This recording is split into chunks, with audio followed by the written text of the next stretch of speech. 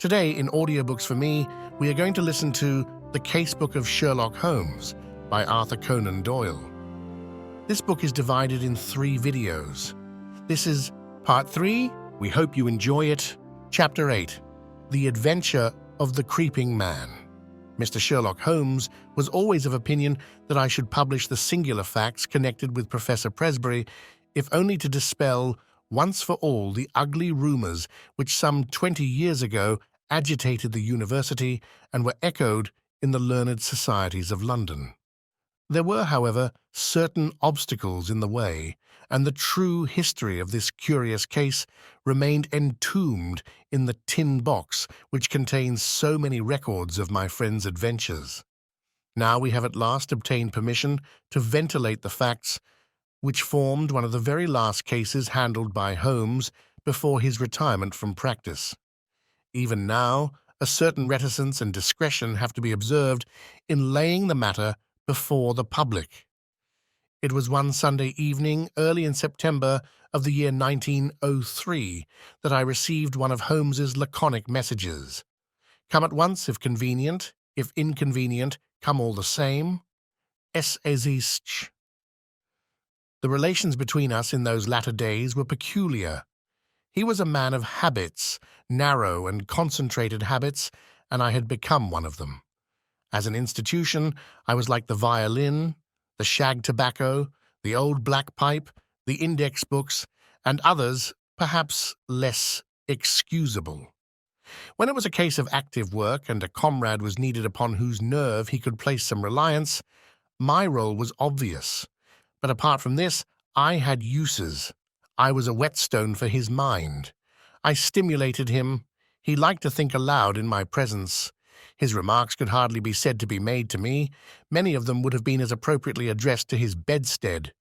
But nonetheless, having formed the habit, it had become in some way helpful that I should register and interject. If I irritated him by a certain methodical slowness in my mentality, that irritation served only to make his own flame-like intuitions and impressions flash up the more vividly and swiftly. Such was my humble role in our alliance.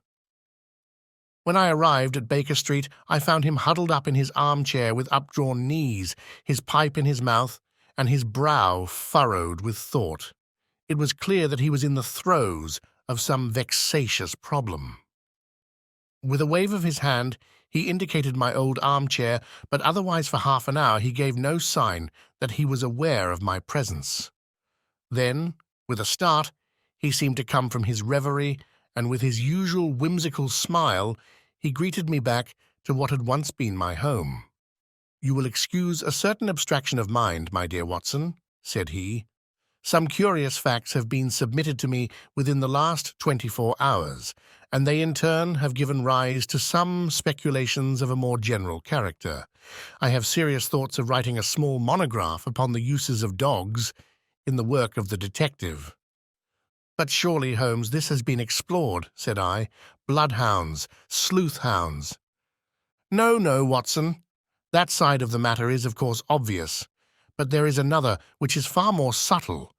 You may recollect that in the case which you, in your sensational way, coupled with the copper beeches, I was able, by watching the mind of the child, to form a deduction as to the criminal habits of the very smug and respectable father.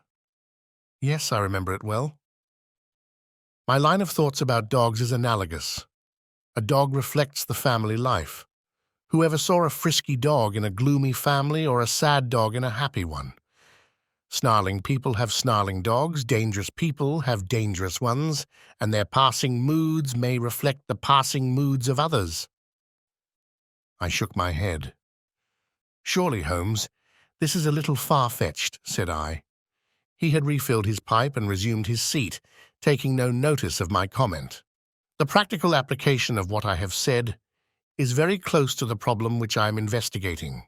It is a tangled skein, you understand, and I am looking for a loose end.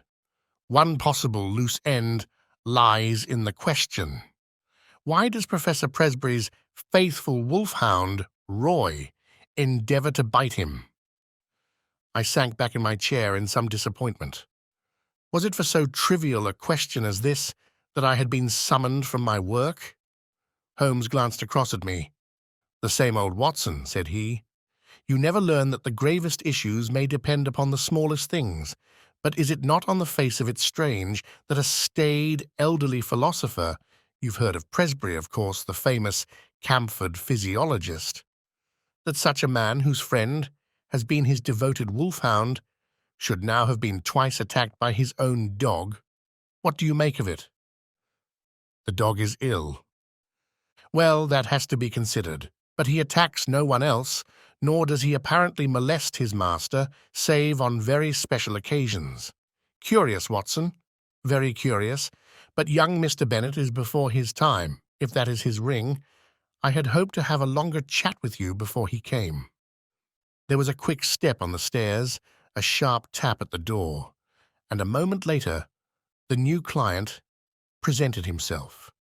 He was a tall, handsome youth about 30, well-dressed and elegant, but with something in his bearing which suggested the shyness of the student rather than the self-possession of the man of the world. He shook hands with Holmes, and then looked with some surprise at me. "This matter is very delicate, Mr. Holmes," he said. "Consider the relation in which I stand to Professor Presbury, both privately and publicly. I really can hardly justify myself if I speak before any third person. Have no fear, Mr. Bennet. Dr. Watson is the very soul of discretion, and I can assure you that this is a matter in which I am very likely to need an assistant." "As you like, Mr. Holmes. You will, I am sure, understand my having some reserves in the matter. You will appreciate it, Watson, when I tell you that this gentleman, Mr. Trevor Bennet, is professional assistant to the great scientist, lives under his roof, and is engaged to his only daughter. Certainly we must agree that the professor has every claim upon his loyalty and devotion, but it may best be shown by taking the necessary steps to clear up this strange mystery." "I hope so, Mr. Holmes. That is my one object. Does Dr. Watson know the situation?" "I have not had time to explain it." "Then perhaps I had better go over the ground again before explaining some fresh developments." "I will do so myself," said Holmes, "in order to show that I have the events in their due order. The Professor Watson is a man of European reputation. His life has been academic. There has never been a breath of scandal. He is a widower with one daughter, Edith. He is, I gather, a man of very virile and positive, one might almost say combative, character. So the matter stood until a very few months ago. Then the current of his life was broken. He is 61 years of age, but he became engaged to the daughter of Professor Morphy, his colleague in the chair of comparative anatomy. It was not, as I understand, the reasoned courting of an elderly man, but rather the passionate frenzy of youth, for no one could have shown himself a more devoted lover. The lady, Alice Morphy, was a very perfect girl, both in mind and body, so that there was every excuse for the professor's infatuation. Nonetheless, it did not meet with full approval in his own family. "We thought it rather excessive," said our visitor. "Exactly, excessive and a little violent and unnatural. Professor Presbury was rich, however, and there was no objection upon the part of the father. The daughter, however, had other views, and there were already several candidates for her hand who, if they were less eligible from a worldly point of view, were at least more of an age. The girl seemed to like the professor in spite of his eccentricities. It was only age which stood in the way. About this time, a little mystery suddenly clouded the normal routine of the professor's life. He did what he had never done before. He left home and gave no indication where he was going. He was away a fortnight and returned looking rather travel-worn. He made no allusion to where he had been, although he was usually the frankest of men. It chanced, however, that our client here, Mr. Bennet, received a letter from a fellow student in Prague, who said that he was glad to have seen Professor Presbury there. although he had not been able to talk to him. Only in this way did his own household learn where he had been. Now comes the point. From that time onwards, a curious change came over the professor. He became furtive and sly. Those around him had always the feeling that he was not the man that they had known, but that he was under some shadow which had darkened his higher qualities. His intellect was not affected. His lectures were as brilliant as ever, but always there was something new, something sinister and unexpected. His daughter, who was devoted to him, tried again and again to resume the old relations and to penetrate this mask which her father seemed to have put on. You, sir, as I understand, did the same, but all was in vain. And now, Mr. Bennet, tell in your own words the incident of the letters. You must understand, Dr. Watson, that the professor had no secrets from me. If I were his son or his younger brother, I could not have more completely enjoyed his confidence. As his secretary, I handled every paper which came to him, and I opened and subdivided his letters. Shortly after his return, all this was changed. He told me that certain letters might come to him from London, which would be marked by a cross under the stamp. These were to be set aside for his own eyes only. I may say that several of these did pass through my hands, that they had the EC mark and were in an illiterate handwriting. If he answered them at all, the answers did not pass through my hands, nor into the letter basket in which our correspondence was collected.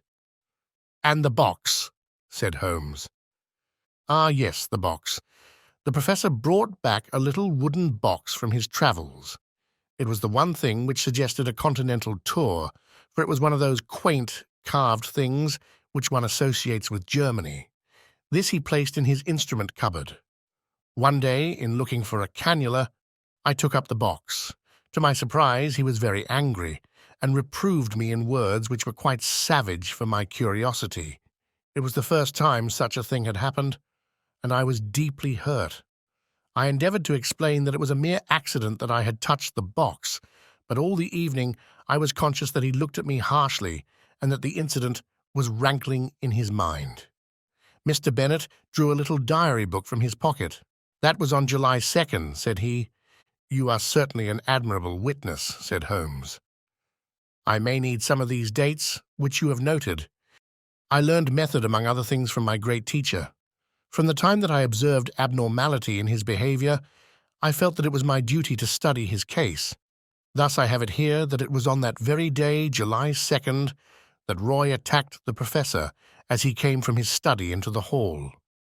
Again, on July 11th, there was a scene of the same sort, and then I have a note of yet another upon July 20th. After that, we had to banish Roy to the stables. He was a dear, affectionate animal, but I fear I weary you." Mr. Bennet spoke in a tone of reproach, for it was very clear that Holmes was not listening. His face was rigid, and his eyes gazed abstractedly at the ceiling.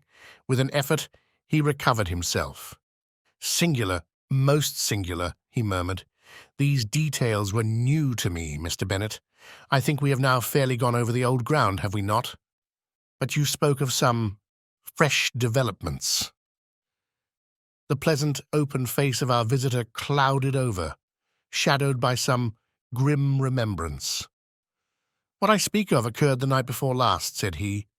"I was lying awake about 2 in the morning, when I was aware of a dull, muffled sound coming from the passage. I opened my door and peeped out. I should explain that the professor sleeps at the end of the passage." "The date being?" asked Holmes. Our visitor was clearly annoyed at so irrelevant an interruption. "I have said, sir, that it was the night before last, that is, September 4th. Holmes nodded and smiled. "Pray continue," said he. "He sleeps at the end of the passage, and would have to pass my door in order to reach the staircase. It was a really terrifying experience, Mr. Holmes. I think that I am as strong-nerved as my neighbours, but I was shaken by what I saw. The passage was dark, save that one window halfway along it threw a patch of light. I could see that something was coming along the passage, something dark and crouching. Then suddenly it emerged into the light, and I saw that it was he. He was crawling, Mr. Holmes, crawling. He was not quite on his hands and knees.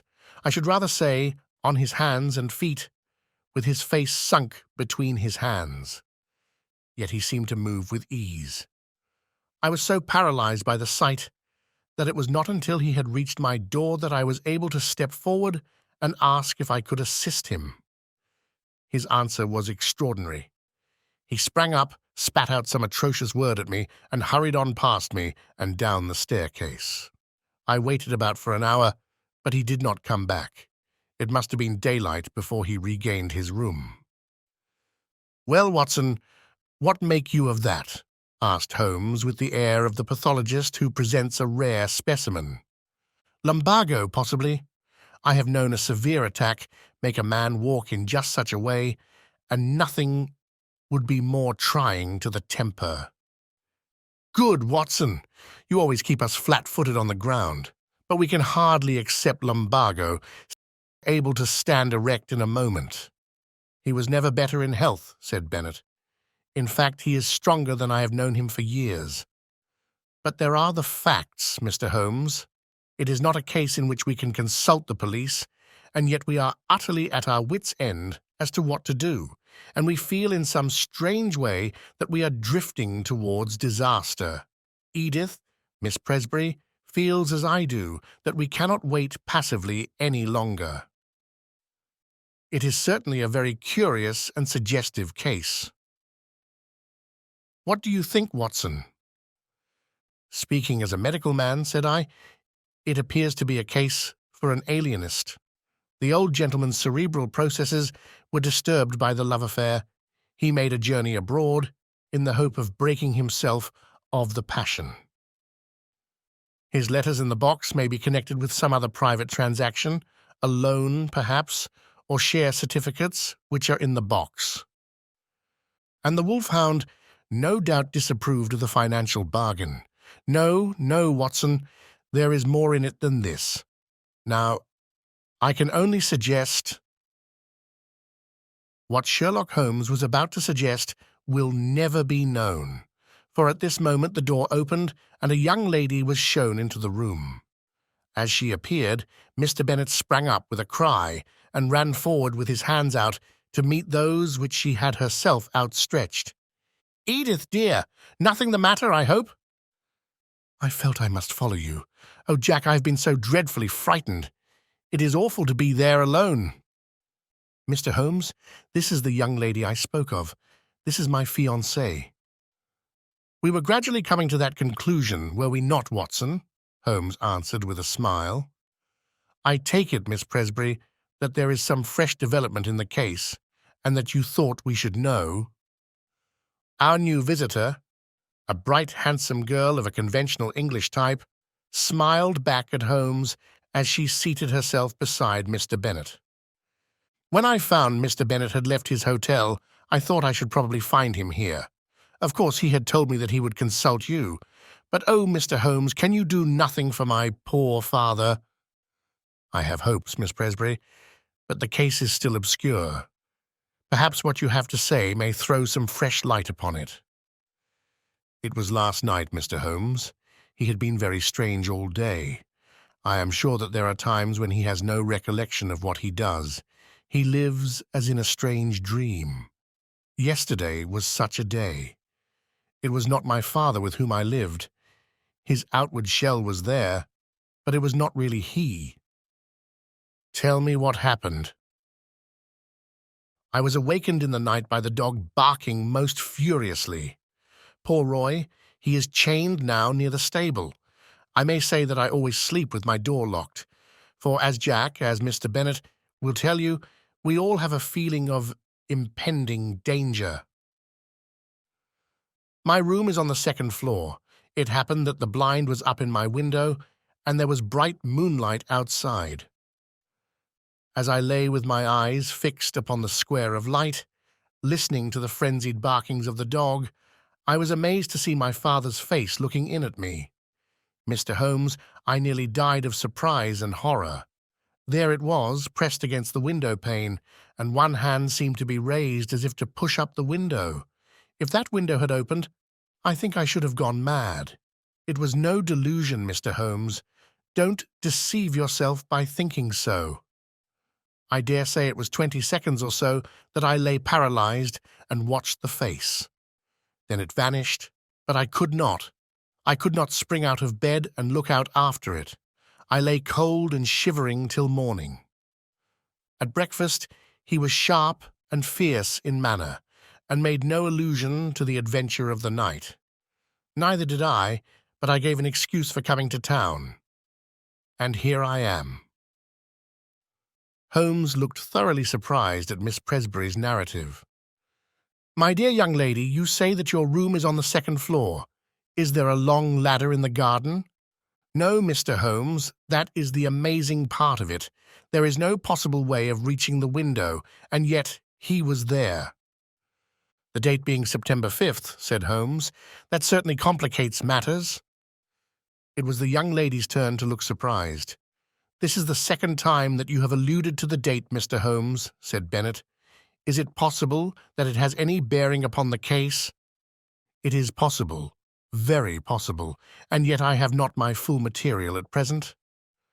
Possibly you are thinking of the connection between insanity and phases of the moon. No, I assure you, it was quite a different line of thought. Possibly you can leave your notebook with me, and I will check the dates. Now I think, Watson, that our line of action is perfectly clear. This young lady has informed us, and I have the greatest confidence in her intuition, that her father remembers little or nothing which occurs upon certain dates. We will therefore call upon him as if he had given us an appointment upon such a date. He will put it down to his own lack of memory. Thus we will open our campaign by having a good close view of him. That is excellent, said Mr. Bennet. I warn you, however, that the Professor is irascible and violent at times. Holmes smiled. There are reasons why we should come at once, very cogent reasons if my theories hold good. Tomorrow, Mr. Bennet, will certainly see us in Camford. There is, if I remember right, an inn called the Chequers, where the port used to be above mediocrity and the linen was above reproach. I think, Watson, that our lot for the next few days might lie in less pleasant places. Monday morning found us on our way to the famous university town, an easy effort on the part of Holmes, who had no routes to pull up, but one which involved frantic planning and hurrying on my part, as my practice was by this time not inconsiderable. Holmes made no allusion to the case until after we had deposited our suitcases at the ancient hostel of which he had spoken. I think, Watson, that we can catch the Professor just before lunch. He lectures at 11 and should have an interval at home. What possible excuse have we for calling? Holmes glanced at his notebook. There was a period of excitement upon August 26th. We will assume that he is a little hazy as to what he does at such times. If we insist that we are there by appointment, I think he will hardly venture to contradict us. Have you the effrontery necessary to put it through? We can but try. Excellent, Watson. Compound of the Busy Bee and Excelsior. We can but try. The motto of the firm. A friendly native will surely guide us. Such a one on the back of a smart hansom swept us past a row of ancient colleges, and finally, turning into a tree-lined drive, pulled up at the door of a charming house, girt round with lawns and covered with purple wistaria. Professor Presbury was certainly surrounded with every sign not only of comfort, but of luxury. Even as we pulled up, a grizzled head appeared at the front window, and we were aware of a pair of keen eyes from under shaggy brows, which surveyed us through large horn glasses. A moment later, we were actually in his sanctum, and the mysterious scientist, whose vagaries had brought us from London, was standing before us. There was certainly no sign of eccentricity either in his manner or appearance, for he was a portly, large-featured man, grave, tall and frock-coated, with the dignity of bearing which a lecturer needs. His eyes were his most remarkable feature, keen, observant, and clever to the verge of cunning. He looked at our cards. "Pray sit down, gentlemen. What can I do for you?" Mr. Holmes smiled amiably. "It was the question which I was about to put to you, Professor." "To me, sir?" "Possibly there is some mistake. I heard through a second person that Professor Presbury of Camford had need of my services." "Oh, indeed." It seemed to me that there was a malicious sparkle in the intense grey eyes. "You heard that, did you? May I ask the name of your informant?" "I am sorry, Professor, but the matter was rather confidential. If I have made a mistake, there is no harm done. I can only express my regret." "Not at all. I should wish to go further into this matter. It interests me. Have you any scrap of writing, any letter or telegram, to bear out your assertion?" "No, I have not." "I presume that you do not go so far as to assert that I summoned you?" "I would rather answer no questions," said Holmes. "No, I dare say not," said the Professor with asperity. "However, that particular one can be answered very easily without your aid." He walked across the room to the bell. Our London friend, Mr. Bennet, answered the call. "Come in, Mr. Bennet. These two gentlemen have come from London under the impression that they have been summoned. You handle all my correspondence. Have you a note of anything going to a person named Holmes?" "No, sir," Bennet answered with a flush. "That is conclusive," said the Professor, glaring angrily at my companion. "Now, sir," he leaned forward with his two hands upon the table, "it seems to me that your position is a very questionable one." Holmes shrugged his shoulders. "I can only repeat that I am sorry that we have made a needless intrusion." "Hardly enough, Mr. Holmes," the old man cried in a high, screaming voice with extraordinary malignancy upon his face. He got between us and the door as he spoke, and he shook his two hands at us with furious passion. "You can hardly get out of it so easily as that." His face was convulsed, and he grinned and gibbered at us in his senseless rage. I am convinced that we should have had to fight our way out of the room if Mr. Bennet had not intervened. "My dear Professor," he cried, "consider your position. Consider the scandal at the university. Mr. Holmes is a well-known man. You cannot possibly treat him with such discourtesy." Sulkily our host, if I may call him so, cleared the path to the door. We were glad to find ourselves outside the house and in the quiet of the tree-lined drive. Holmes seemed greatly amused by the episode. "Our learned friend's nerves are somewhat out of order," said he. "Perhaps our intrusion was a little crude, and yet we have gained that personal contact which I desired. But dear me, Watson, he is surely at our heels. The villain still pursues us." There were the sounds of running feet behind, but it was to my relief not the formidable Professor, but his assistant who appeared round the curve of the drive. He came panting up to us. "I am so sorry, Mr. Holmes. I wish to apologize." "My dear sir, there is no need. It is all in the way of professional experience. I have never seen him in a more dangerous mood, but he grows more sinister. You can understand now why his daughter and I are alarmed, and yet his mind is perfectly clear." "Too clear," said Holmes. "That was my miscalculation. It is evident that his memory is much more reliable than I had thought. By the way, can we, before we go, see the window of Miss Presbury's room?" Mr. Bennet pushed his way through some shrubs, and we had a view of the side of the house. "It is there. The second on the left." "Dear me, it seems hardly accessible, and yet you will observe that there is a creeper below and a water pipe above which gives some foothold." "I could not climb it myself," said Mr. Bennet. "Very likely.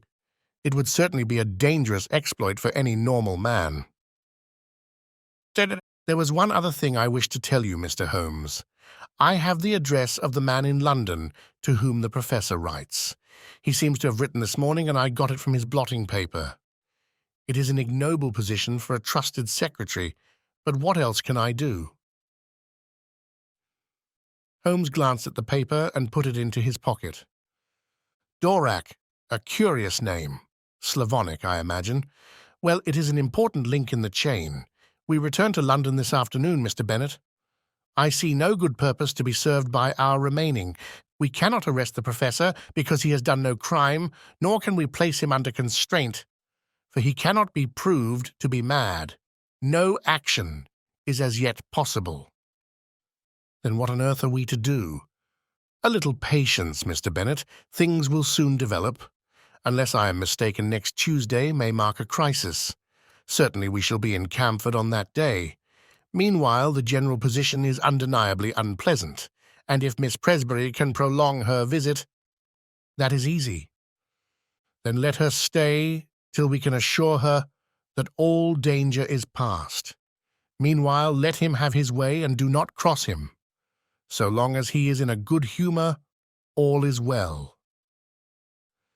"There he is," said Bennet in a startled whisper.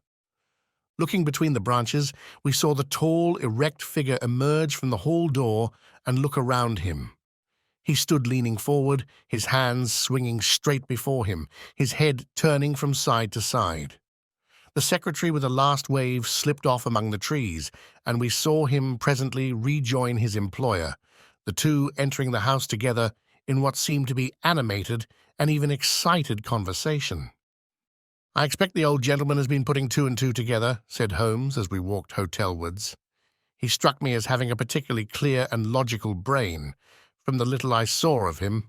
Explosive, no doubt, but then, from his point of view, he has something to explode about if detectives are put on his track, and he suspects his own household of doing it. I rather fancy that friend Bennet is in for an uncomfortable time." Holmes stopped at a post office and sent off a telegram on our way. The answer reached us in the evening, and he tossed it across to me. "Have visited the Commercial Road and seen Dorak, suave person, bohemian, elderly, keeps large general store. Mercer." "Mercer is since your time," said Holmes. "He is my general utility man who looks up routine business. It was important to know something of the man with whom our professor was so secretly corresponding. His nationality connects up with the Prague visit." "Thank goodness that something connects with something," said I. "At present we seem to be faced by a long series of inexplicable incidents with no bearing upon each other. For example, what possible connection can there be between an angry wolfhound and a visit to Bohemia, or either of them with a man crawling down a passage at night? As to your dates, that is the biggest mystification of all." Holmes smiled and rubbed his hands. We were, I may say, seated in the old sitting-room of the ancient hotel, with a bottle of the famous vintage of which Holmes had spoken on the table between us. "Well, now, let us take the dates first," said he, his fingertips together and his manner as if he were addressing a class. "This excellent young man's diary shows that there was trouble upon July 2nd, and from then onwards it seems to have been at 9-day intervals, with, so far as I remember, only one exception. Thus the last outbreak upon Friday was on September 3rd, which also falls into the series, as did August 26th, which preceded it. The thing is beyond coincidence." I was forced to agree. "Let us, then, form the provisional theory that every 9 days the professor takes some strong drug, which has a passing but highly poisonous effect. His naturally violent nature is intensified by it. He learned to take this drug while he was in Prague, and is now supplied with it by a Bohemian intermediary in London. This all hangs together, Watson." "But the dog? The face at the window? The creeping man in the passage?" Well, we have made a beginning. I should not expect any fresh developments until next Tuesday. In the meantime, we can only keep in touch with friend Bennet and enjoy the amenities of this charming town." In the morning, Mr. Bennet slipped round to bring us the latest report. As Holmes had imagined, times had not been easy with him. Without exactly accusing him of being responsible for our presence, the professor had been very rough and rude in his speech, and evidently felt some strong grievance. This morning he was quite himself again, however, and had delivered his usual brilliant lecture to a crowded class. "Apart from his queer fits," said Bennet, "he has actually more energy and vitality than I can ever remember, nor was his brain ever clearer. But it's not he. It's never the man whom we have known." "I don't think you have anything to fear now for a week at least," Holmes answered. "I am a busy man, and Dr. Watson has his patients to attend to. Let us agree that we meet here at this hour next Tuesday, and I shall be surprised if before we leave you again we are not able to explain, even if we cannot perhaps put an end to, your troubles. Meanwhile, keep us posted in what occurs." I saw nothing of my friend for the next few days, but on the following Monday evening I had a short note asking me to meet him next day at the train. From what he told me as we travelled up to Camford, all was well. The peace of the professor's house had been unruffled, and his own conduct perfectly normal. This also was the report which was given us by Mr. Bennet himself when he called upon us that evening at our old quarters in the Chequers. He heard from his London correspondent today. There was a letter and there was a small packet, each with the cross under the stamp, which warned me not to touch them. There has been nothing else. "That may prove quite enough," said Holmes grimly. "Now, Mr. Bennet, we shall, I think, come to some conclusion tonight. If my deductions are correct, we should have an opportunity of bringing matters to a head. In order to do so, it is necessary to hold the professor under observation. I would suggest, therefore, that you remain awake and on the lookout. Should you hear him pass your door, do not interrupt him, but follow him as discreetly as you can. Dr. Watson and I will not be far off. By the way, where is the key of that little box of which you spoke?" "Upon his watch chain." "I fancy our researches must lie in that direction. At the worst, the lock should not be very formidable. Have you any other able-bodied man on the premises?" "There is the coachman, MacPhail." "Where does he sleep?" "Over the stables." "We might possibly want him. Well, we can do no more until we see how things develop. Goodbye, but I expect that we shall see you before morning." It was nearly midnight before we took our station among some bushes immediately opposite the hall door of the professor.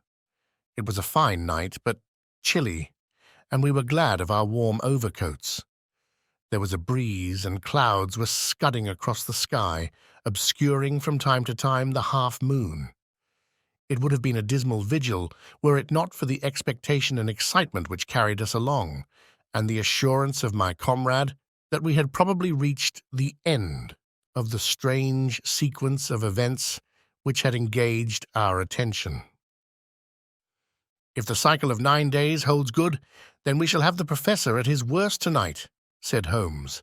"The fact that these strange symptoms began after his visit to Prague, that he is in secret correspondence with a Bohemian dealer in London who presumably represents someone in Prague, and that he received a packet from him this very day, all point in one direction. What he takes and why he takes it are still beyond our ken, but that it emanates in some way from Prague is clear enough. He takes it under definite directions which regulate this 9th-day system, which was the first point which attracted my attention. But his symptoms are most remarkable. Did you observe his knuckles?" I had to confess that I did not. "Thick and horny in a way which is quite new in my experience. Always look at the hands first, Watson, then cuffs, trouser knees, and boots. Very curious knuckles, which can only be explained by the mode of progression observed by—" Holmes paused, and suddenly clapped his hand to his forehead. "Oh, Watson, Watson, what a fool I have been! It seems incredible, and yet it must be true. All points in one direction. How could I miss seeing the connection of ideas? Those knuckles, how could I have passed those knuckles? And the dog, and the ivy. It's surely time that I disappeared into that little farm of my dreams. Look out, Watson. Here he is. We shall have the chance of seeing for ourselves. The hall door had slowly opened, and against the lamplit background, we saw the tall figure of Professor Presbury. He was clad in his dressing gown. As he stood outlined in the doorway, he was erect, but leaning forward with dangling arms as when we saw him last. Now he stepped forward into the drive, and an extraordinary change came over him. He sank down into a crouching position and moved along upon his hands and feet, skipping every now and then as if he were overflowing with energy and vitality. He moved along the face of the house and then round the corner. As he disappeared, Bennett slipped through the hall door and softly followed him. "Come, Watson, come!" cried Holmes, and we stole as softly as we could through the bushes until we had gained a spot whence we could see the other side of the house, which was bathed in the light of the half-moon. The professor was clearly visible, crouching at the foot of the ivy-covered wall. As we watched him, he suddenly began with incredible agility to ascend it. From branch to branch he sprang, sure of foot and firm of grasp, climbing apparently in mere joy at his own powers, with no definite object in view. With his dressing gown flapping on each side of him, he looked like some huge bat glued against the side of his own house, a great square dark patch upon the moonlit wall. Presently he tired of this amusement, and dropping from branch to branch, he squatted down into the old attitude and moved towards the stables, creeping along in the same strange way as before. The wolfhound was out now, barking furiously and more excited than ever when it actually caught sight of its master. It was straining on its chain and quivering with eagerness and rage. The professor squatted down very deliberately just out of reach of the hound, and began to provoke it in every possible way. He took handfuls of pebbles from the drive and threw them in the dog's face, prodded him with a stick which he had picked up, flicked his hands about only a few inches from the gaping mouth, and endeavored in every way to increase the animal's fury, which was already beyond all control. In all our adventures, I do not know that I have ever seen a more strange sight than this impassive and still dignified figure crouching frog-like upon the ground and goading to a wilder exhibition of passion the maddened hound, which ramped and raged in front of him by all manner of ingenious and calculated cruelty. And then in a moment it happened. It was not the chain that broke, but it was the collar that slipped, for it had been made for a thick-necked Newfoundland. We heard the rattle of falling metal, and the next instant dog and man were rolling on the ground together, the one roaring in rage, the other screaming in a strange, shrill falsetto of terror. It was a very narrow thing for the professor's life. The savage creature had him fairly by the throat, its fangs had bitten deep, and he was senseless before we could reach them and drag the two apart. It might have been a dangerous task for us, but Bennett's voice and presence brought the great wolfhound instantly to reason. The uproar had brought the sleepy and astonished coachman from his room above the stables. "I'm not surprised," said he, shaking his head. "I've seen him at it before. I knew the dog would get him sooner or later." The hound was secured, and together we carried the professor up to his room, where Bennett, who had a medical degree, helped me to dress his torn throat. The sharp teeth had passed dangerously near the carotid artery, and the hemorrhage was serious. In half an hour the danger was past. I had given the patient an injection of morphia, and he had sunk into deep sleep. Then, and only then, were we able to look at each other and to take stock of the situation. "I think a first-class surgeon should see him," said I. "For God's sake, no," cried Bennett. "At present, the scandal is confined to our own household. It is safe with us. If it gets beyond these walls, it will never stop. Consider his position at the university, his European reputation, the feelings of his daughter." "Quite so," said Holmes. "I think it may be quite possible to keep the matter to ourselves, and also to prevent its recurrence now that we have a free hand. The key from the watch chain, Mr. Bennet. MacPhail will guard the patient and let us know if there is any change. Let us see what we can find in the professor's mysterious box." There was not much, but there was enough. An empty phial, another nearly full, a hypodermic syringe, several letters in a crabbed, foreign hand.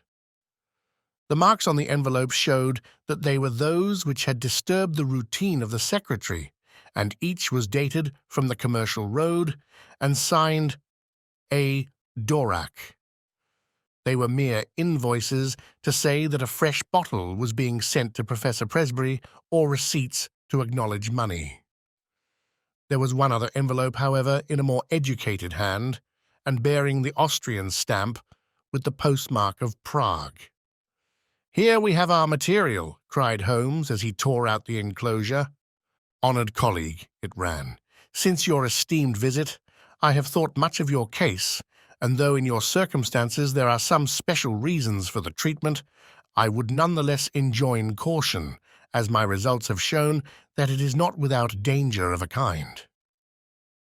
It is possible that the serum of anthropoid would have been better.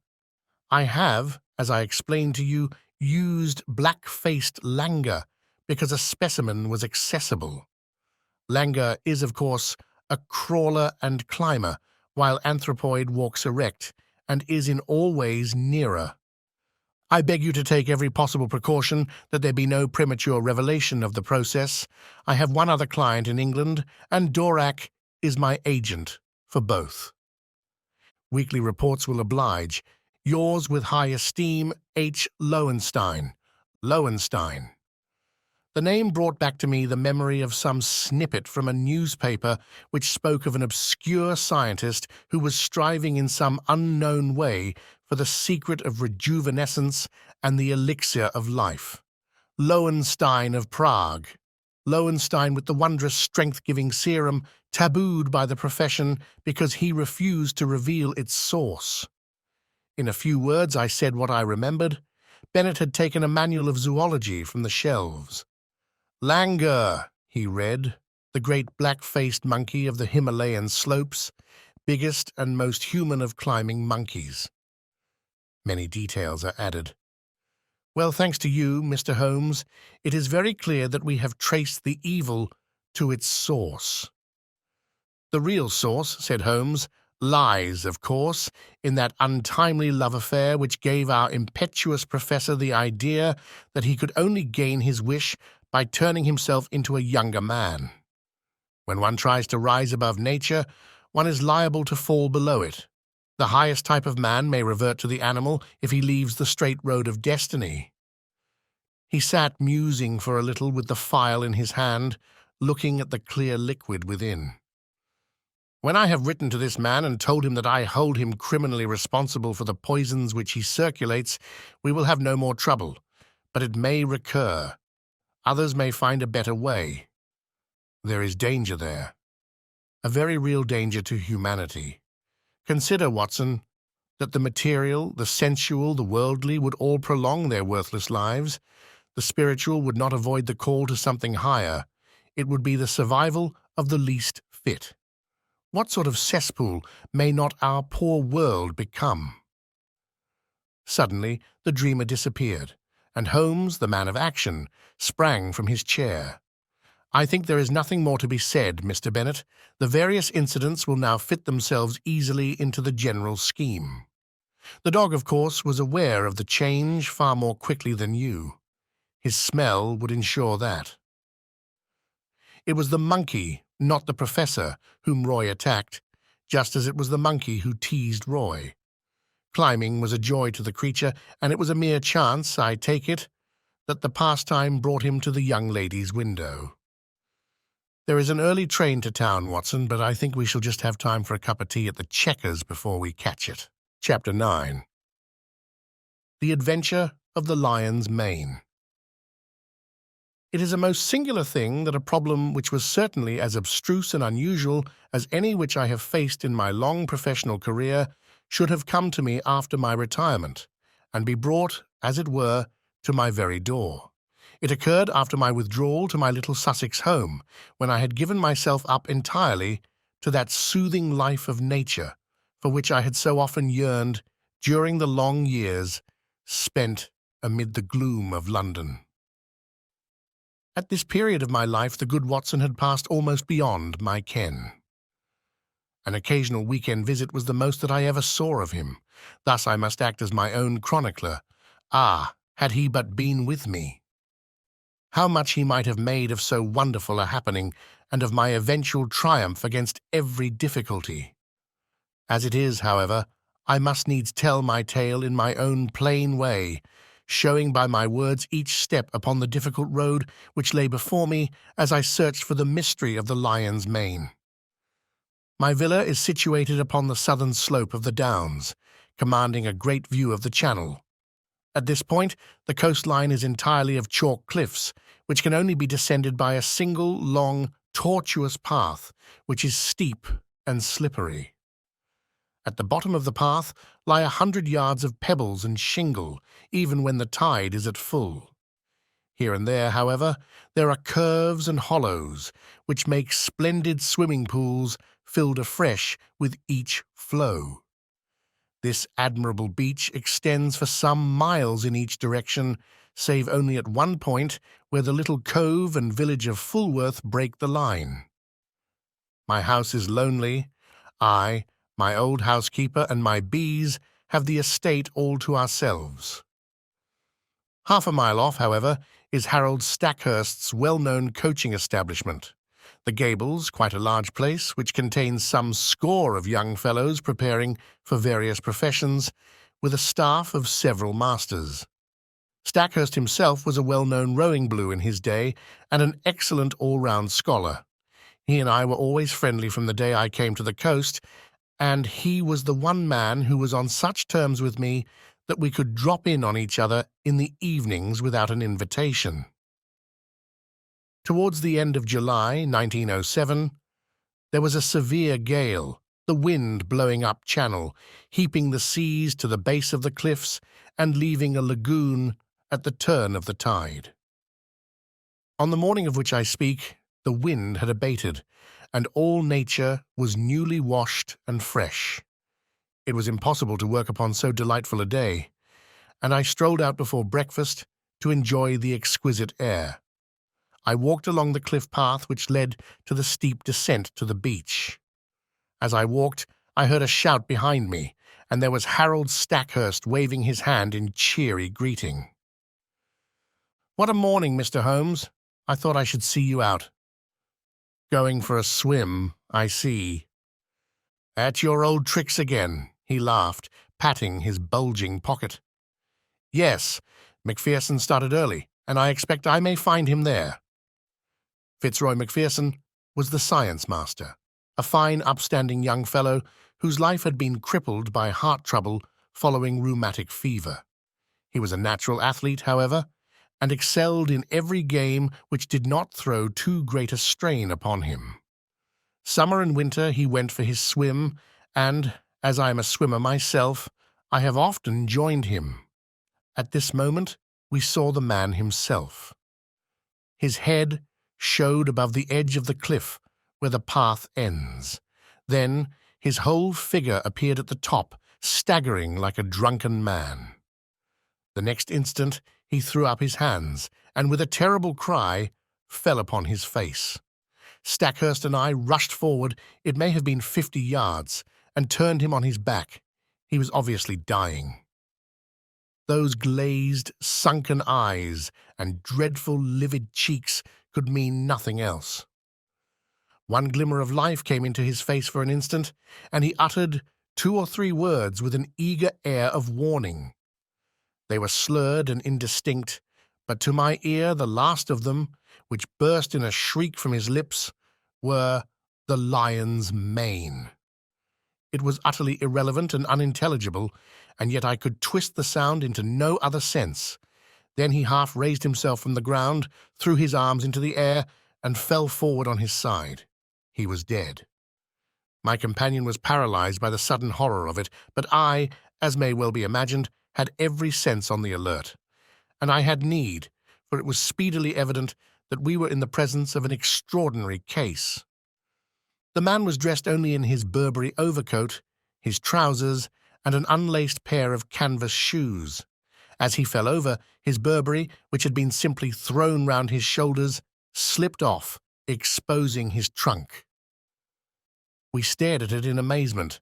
His back was covered with dark red lines, as though he had been terribly flogged by a thin wire scourge. The instrument with which this punishment had been inflicted was clearly flexible, for the long, angry wheels curved round his shoulders and ribs. There was blood dripping down his chin, for he had bitten through his lower lip in the paroxysm of his agony. His drawn and distorted face told how terrible that agony had been. I was kneeling and Stackhurst standing by the body when a shadow fell across us, and we found that Ian Murdoch was by our side. Murdoch was the mathematical coach at the establishment, a tall, dark, thin man, so taciturn and aloof that none can be said to have been his friend. He seemed to live in some high, abstract of surds and conic sections with little to connect him with ordinary life. He was looked upon as an by the students, and would have been their butt, but there was some strange, outlandish blood in the man, which showed itself not only in his coal-black eyes and swarthy face, but also in occasional outbreaks of temper, which he described as ferocious. On one occasion, being plagued by a little dog belonging to Macpherson, he had caught the creature up and hurled it through the plate-glass window, an action for which Stackhurst would certainly have given him his dismissal had he not been a very valuable teacher. Such was the strange, complex man who now appeared beside us. He seemed to be honestly shocked at the sight before him, though the incident of the dog made there was no great sympathy between the dead man and himself. Poor fellow, what can I do? How can I help?" "Were you with him? Can you tell us what has happened?" No, I was late this morning. I was not on the beach at all. I have come straight from the Gables. What can I do?" "You can hurry to the police station at Fulworth. Report the matter at once." Without a word, he made off at top speed, and I proceeded to take the matter in hand, while Stackhurst, dazed at this tragedy, remained by the body. My first task, naturally, was to note who was on the beach. From the top of the path I could see the whole sweep of it, and it was absolutely deserted, save that 2 or 3 dark figures could be seen far away, moving towards the village of Fulworth. Having satisfied myself upon this point, I walked slowly down the path. There was clay or soft marl mixed with the chalk, and every here and there I saw the same footstep, both ascending and descending. No one else had gone down to the beach by this track that morning. At one place, I observed the print of an open hand with the fingers towards the incline. This could only mean that poor Macpherson had fallen as he ascended. There were rounded depressions, too, which suggested that he had come down upon his knees more than once. At the bottom of the path was the considerable lagoon left by the retreating tide. At the side of it Macpherson had undressed, for there lay his towel on a rock. It was folded and dry, so that it would seem that after all he had never entered the water. Once or twice, as I hunted round amid the hard shingle, I came on little patches of sand where the print of his canvas shoe, and also of his naked foot, could be seen. The latter fact proved that he had made all ready to bathe, though the towel indicated that he had not actually done so. And here was the problem clearly defined, as strange a one as had ever confronted me. The man had not been on the beach more than a quarter of an hour at the most. Stackhurst had followed him from the Gables, so there could be no doubt about that. He had gone to bathe and had stripped, as the naked footsteps showed. Then he had suddenly huddled on his clothes again. They were all dishevelled and unfastened, and he had returned without bathing, or at any rate without drying himself.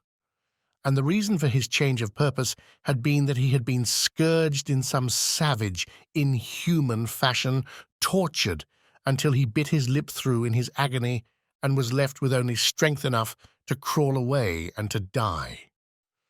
Who had done this barbarous deed? There were, it is true, small grottos and caves in the base of the cliffs, but the low sun shone directly into them, and there was no place for concealment. Then, again, there were those distant figures on the beach. They seemed too far away to have been connected with the crime, and the broad lagoon in which Macpherson had intended to bathe lay between him and them, lapping up to the rocks.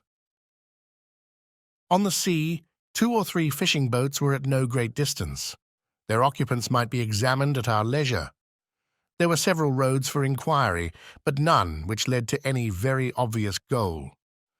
When I at last returned to the body, I found that a little group of wandering folk had gathered round it. Stackhurst was, of course, still there, and Ian Murdoch had just arrived with Anderson, the village constable, a big, ginger-moustached man of the slow, solid Sussex breed, a breed which covers much good sense under a heavy, silent exterior. He listened to everything, took note of all we said, and finally drew me aside. "I'd be glad of your advice, Mr. Holmes. This is a big thing for me to handle, and I'll hear of it from Lewis if I go wrong." I advised him to send for his immediate superior and for a doctor, also to allow nothing to be moved and as few fresh footmarks as possible to be made until they came. In the meantime, I searched the dead man's pockets. There were his handkerchief, a large knife, and a small folding card case. From this projected a slip of paper, which I unfolded and handed to the constable. There was written on it, in a scrawling, feminine hand, "I will be there, you may be sure. Maudie." It read like a love affair, an assignation, though when and where were a blank. The constable replaced it in the card case and returned it with the other things to the pockets of the Burberry. Then, as nothing more suggested itself, I walked back to my house for breakfast, having first arranged that the base of the cliffs should be thoroughly searched. Stackhurst was round in an hour or two to tell me that the body had been removed to the Gables, where the inquest would be held. He brought with him some serious and definite news. As I expected, nothing had been found in the small caves below the cliff. But he had examined the papers in Macpherson's desk, and there were several which showed an intimate correspondence with a certain Miss Maud Bellamy of Fulworth. We had then established the identity of the writer of the note. "The police have the letters," he explained. "I could not bring them. But there is no doubt that it was a serious love affair. I see no reason, however, to connect it with that horrible happening save, indeed, that the lady had made an appointment with him." "But hardly at a bathing pool which all of you were in the habit of using," I remarked. "It is mere chance," said he, "that several of the students were not with Macpherson." "Was it mere chance?" Stackhurst knit his brows in thought. "Ian Murdoch held them back," said he. "He would insist upon some algebraic demonstration before breakfast. Poor chap, he is dreadfully cut up about it all. And yet, I gather that they were not friends." "At one time they were not. But for a year or more Murdoch has been as near to Macpherson as he ever could be to anyone. He is not of a very sympathetic disposition by nature." "So I understand. I seem to remember your telling me once about a quarrel over the ill usage of a dog. That blew over all right, but left some vindictive feeling, perhaps." No, I am sure they were real friends." "Well then, we must explore the matter of the girl. Do you know her?" "Everyone knows her. She is the beauty of the neighborhood, a real beauty, Holmes, who would draw attention everywhere. I knew that Macpherson was attracted by her, but I had no notion that it had gone so far as these letters would seem to indicate. But who is she?"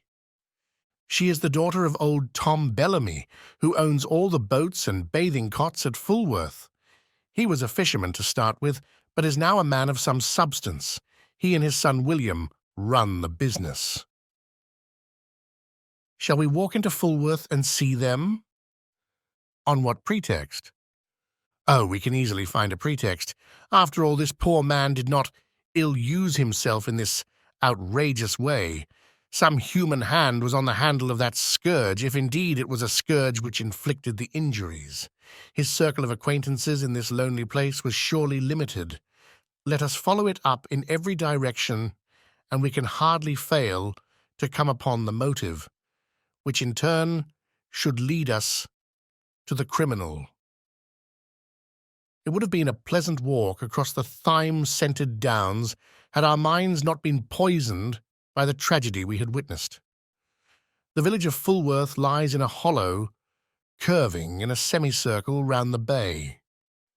Behind the old-fashioned hamlet, several modern houses have been built upon the rising ground.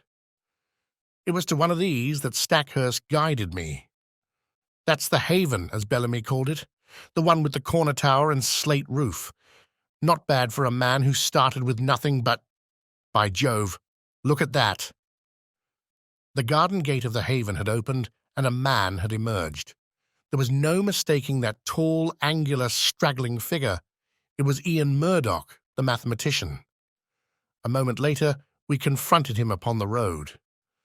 "Hello," said Stackhurst.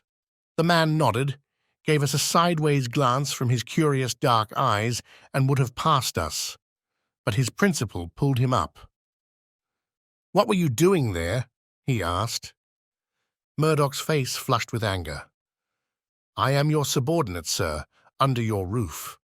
I am not aware that I owe you any account of my private actions." Stackhurst's nerves were near the surface after all he had endured. Otherwise, perhaps, he would have waited. Now he lost his temper completely. "In the circumstances, your answer is pure impertinence, Mr. Murdoch. Your own question might perhaps come under the same heading. This is not the first time that I have had to overlook your insubordinate ways. It will certainly be the last. You will kindly make fresh arrangements for your future as speedily as you can." I had intended to do so. I have lost today the only person who made the gables habitable. He strode off upon his way, while Stackhurst, with angry eyes, stood glaring after him. "Is he not an impossible, intolerable man?" he cried. The one thing that impressed itself forcibly upon my mind was that Mr. Ian Murdoch was taking the first chance to open a path of escape from the scene of the crime. Suspicion, vague and nebulous, was now beginning to take outline in my mind. Perhaps the visit to the Bellamys might throw some further light upon the matter. Stackhurst pulled himself together, and we went forward to the house. Mr. Bellamy proved to be a middle-aged man with a flaming red beard. He seemed to be in a very angry mood, and his face was soon as florid as his hair. "No, sir, I do not desire any particulars. My son here," indicating a powerful young man with a heavy, sullen face in the corner of the sitting-room, "is of one mind with me that Mr. Macpherson's attentions to Maud were insulting. Yes, sir, the word marriage was never mentioned, and yet there were letters and meetings, and a great deal more of which neither of us could approve. She has no mother, and we are her only guardians. We are determined—" But the words were taken from his mouth by the appearance of the lady herself. There was no gainsaying that she would have graced any assembly in the world. Who could have imagined that so rare a flower would grow from such a root and in such an atmosphere? Women have seldom been an attraction to me, for my brain has always governed my heart, but I could not look upon her perfect clear-cut face, with all the soft freshness of the downlands in her delicate colouring, without realizing that no young man would cross her path unscathed. Such was the girl who had pushed open the door and stood now, wide-eyed and intense, in front of Harold Stackhurst. "I know already that Fitzroy is dead," she said. "Do not be afraid to tell me the particulars." "This other gentleman of yours let us know the news," explained the father. "There is no reason why my sister should be brought into the matter," growled the younger man. The sister turned a sharp, fierce look upon him. "This is my business, William. Kindly leave me to manage it in my own way. By all accounts, there has been a crime committed. If I can help to show who did it, it is the least I can do for him who is gone." She listened to a short account from my companion, with a composed concentration which showed me that she possessed strong character as well as great beauty. Maud Bellamy will always remain in my memory as a most complete and remarkable woman. It seems that she already knew me by sight, for she turned to me at the end. "Bring them to justice, Mr. Holmes. You have my sympathy and my help, whoever they may be." It seemed to me that she glanced defiantly at her father and brother as she spoke. "Thank you," said I. "I value a woman's instinct in such matters. You use the word they. You think that more than one was concerned." I knew Mr. Macpherson well enough to be aware that he was a brave and a strong man. No single person could ever have inflicted such an outrage upon him. "Might I have one word with you alone?" "I tell you, Maud, not to mix yourself up in the matter," cried her father angrily. She looked at me helplessly. "What can I do? The whole world will know the facts presently, so there can be no harm if I discuss them here," said I.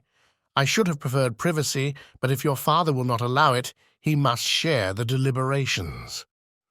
Then I spoke of the note which had been found in the dead man's pocket. "It is sure to be produced at the inquest. May I ask you to throw any light upon it that you can?" "I see no reason for mystery," she answered. "We were engaged to be married, and we only kept it secret because Fitzroy's uncle, who is very old and said to be dying, might have disinherited him if he had married against his wish. There was no other reason." "You could have told us," growled Mr. Bellamy.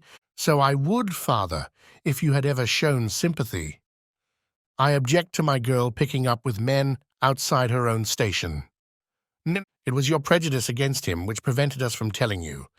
As to this appointment—" She fumbled in her dress and produced a crumpled note. "It was in answer to this." "Dearest," ran the message, "the old place on the beach just after sunset on Tuesday. It is the only time I can get away. F.M." Tuesday was today, and I had meant to meet him tonight. I turned over the paper. "This never came by post. How did you get it?" "I would rather not answer that question. It has really nothing to do with the matter which you are investigating, but anything which bears upon that, I will most freely answer." She was as good as her word, but there was nothing which was helpful in our investigation. She had no reason to think that her fiancé had any hidden enemy, but she admitted that she had had several warm admirers. "May I ask if Mr. Ian Murdoch was one of them?" She blushed and seemed confused. "There was a time when I thought he was, but that was all changed when he understood the relations between Fitzroy and myself." Again, the shadow round this strange man seemed to me to be taking more definite shape. His record must be examined. His rooms must be privately searched. Stackhurst was a willing collaborator, for in his mind also suspicions were forming. We returned from our visit to the Haven with the hope that one free end of this tangled skein was already in our hands. A week passed. The inquest had thrown no light upon the matter and had been adjourned for further evidence. Stackhurst had made discreet inquiry about his subordinate, and there had been a superficial search of his room, but without result. Personally, I had gone over the whole ground again, both physically and mentally, but with no new conclusions. In all my chronicles, the reader will find no case which brought me so completely to the limit of my powers. Even my imagination could conceive no solution to the mystery. And then there came the incident of the dog. It was my old housekeeper who heard of it first by that strange wireless by which such people collect the news of the countryside. "Sad story this, sir, about Mr. Macpherson's dog," said she one evening. I do not encourage such conversations, but the words arrested my attention. "What of Mr. Macpherson's dog?" "Dead, sir. Died of grief for its master." "Who told you this?" "Why, sir, everyone is talking of it. It took on terrible and has eaten nothing for a week. Then today, 2 of the young gentlemen from the Gables found it dead. Down on the beach, sir, at the very place where its master met his end. At the very place." The words stood out clear in my memory. Some dim perception that the matter was vital rose in my mind. That the dog should die was after the beautiful, faithful nature of dogs, but in the very place. Why should this lonely beach be fatal to it? Was it possible that it also had been sacrificed to some revengeful feud? Was it possible? Yes, the perception was dim, but already something was building up in my mind. In a few minutes I was on my way to the Gables, where I found Stackhurst in his study. At my request he sent for Sudbury and Blount, the 2 students who had found the dog. "Yes, it lay on the very edge of the pool," said one of them. "It must have followed the trail of its dead master." I saw the faithful little creature, an Airedale terrier, laid out upon the mat in the hall. The body was stiff and rigid, the eyes projecting, and the limbs contorted. There was agony in every line of it. From the Gables, I walked down to the bathing pool. The sun had sunk, and the shadow of the great cliff lay black across the water, which glimmered dully like a sheet of lead. The place was deserted, and there was no sign of life, save for 2 seabirds circling and screaming overhead. In the fading light, I could dimly make out the little dog's spoor upon the sand round the very rock on which his master's towel had been laid. For a long time I stood in deep meditation, while the shadows grew darker around me. My mind was filled with racing thoughts. You have known what it was to be in a nightmare, in which you feel that there is some all-important thing for which you search and which you know is there, though it remains forever just beyond your reach. That was how I felt that evening as I stood alone by that place of death. Then at last I turned and walked slowly homewards. I had just reached the top of the path when it came to me. Like a flash, I remembered the thing for which I had so eagerly and vainly grasped. You will know, or Watson has written in vain, that I hold a vast store of out-of-the-way knowledge, without scientific system, but very available for the needs of my work. My mind is like a crowded box-room with packets of all sorts stowed away therein, so many that I may well have but a vague perception of what was there. I had known that there was something which might bear upon this matter. It was still vague, but at least I knew how I could make it clear. It was monstrous, incredible, and yet it was always a possibility. I would test it to the full. There is a great garret in my little house, which is stuffed with books. It was into this that I plunged and rummaged for an hour. At the end of that time, I emerged with a little chocolate and silver volume. Eagerly I turned up the chapter of which I had a dim remembrance. Yes, it was indeed a far-fetched and unlikely proposition, and yet I could not be at rest until I had made sure if it might indeed be so. It was late when I retired, with my mind eagerly awaiting the work of the morrow. But that work met with an annoying interruption. I had hardly swallowed my early cup of tea and was starting for the beach when I had a call from Inspector Bardi of the Sussex Constabulary, a steady, solid, bovine man with thoughtful eyes, which looked at me now with a very troubled expression. "I know your immense experience, sir," said he. "This is quite unofficial, of course, and need go no farther, but I'm fairly up against it in this Macpherson case. The question is, shall I make an arrest, or shall I not?" "Meaning Mr. Ian Murdoch?" "Yes, sir. There is really no one else when you come to think of it. That's the advantage of this solitude. We narrow it down to a very small compass. If he did not do it, then who did? What have you against him? He had gleaned along the same furrows as I had. There was Murdoch's character and the mystery which seemed to hang round the man. His furious bursts of temper, as shown in the incident of the dog. The fact that he had quarrelled with Macpherson in the past, and that there was some reason to think that he might have resented his attentions to Miss Bellamy. He had all my points, but no fresh ones, save that Murdoch seemed to be making every preparation for departure. What would my position be if I let him slip away with all this evidence against him? The burly, phlegmatic man was sorely troubled in his mind. Consider, I said, all the essential gaps in your case. On the morning of the crime, he can surely prove an alibi. He had been with his scholars till the last moment, and within a few minutes of Macpherson's appearance, he came upon us from behind. Then, bear in mind the absolute impossibility that he could single-handed have inflicted this outrage upon a man quite as strong as himself. Finally, there is this question of the instrument with which these injuries were inflicted. What could it be but a scourge or flexible whip of some sort? "Have you examined the marks?" I asked. "I have seen them. So has the doctor. But I have examined them very carefully with a lens. They have peculiarities." "What are they, Mr. Holmes?" I stepped to my bureau and brought out an enlarged photograph. "This is my method in such cases," I explained. "You certainly do things thoroughly, Mr. Holmes." I should hardly be what I am if I did not. Now let us consider this wheal which extends round the right shoulder. Do you observe nothing remarkable? I can't say I do. Surely it is evident that it is unequal in its intensity. There is a dot of extravasated blood here and another there. There are similar indications in this other wheal down here. What can that mean?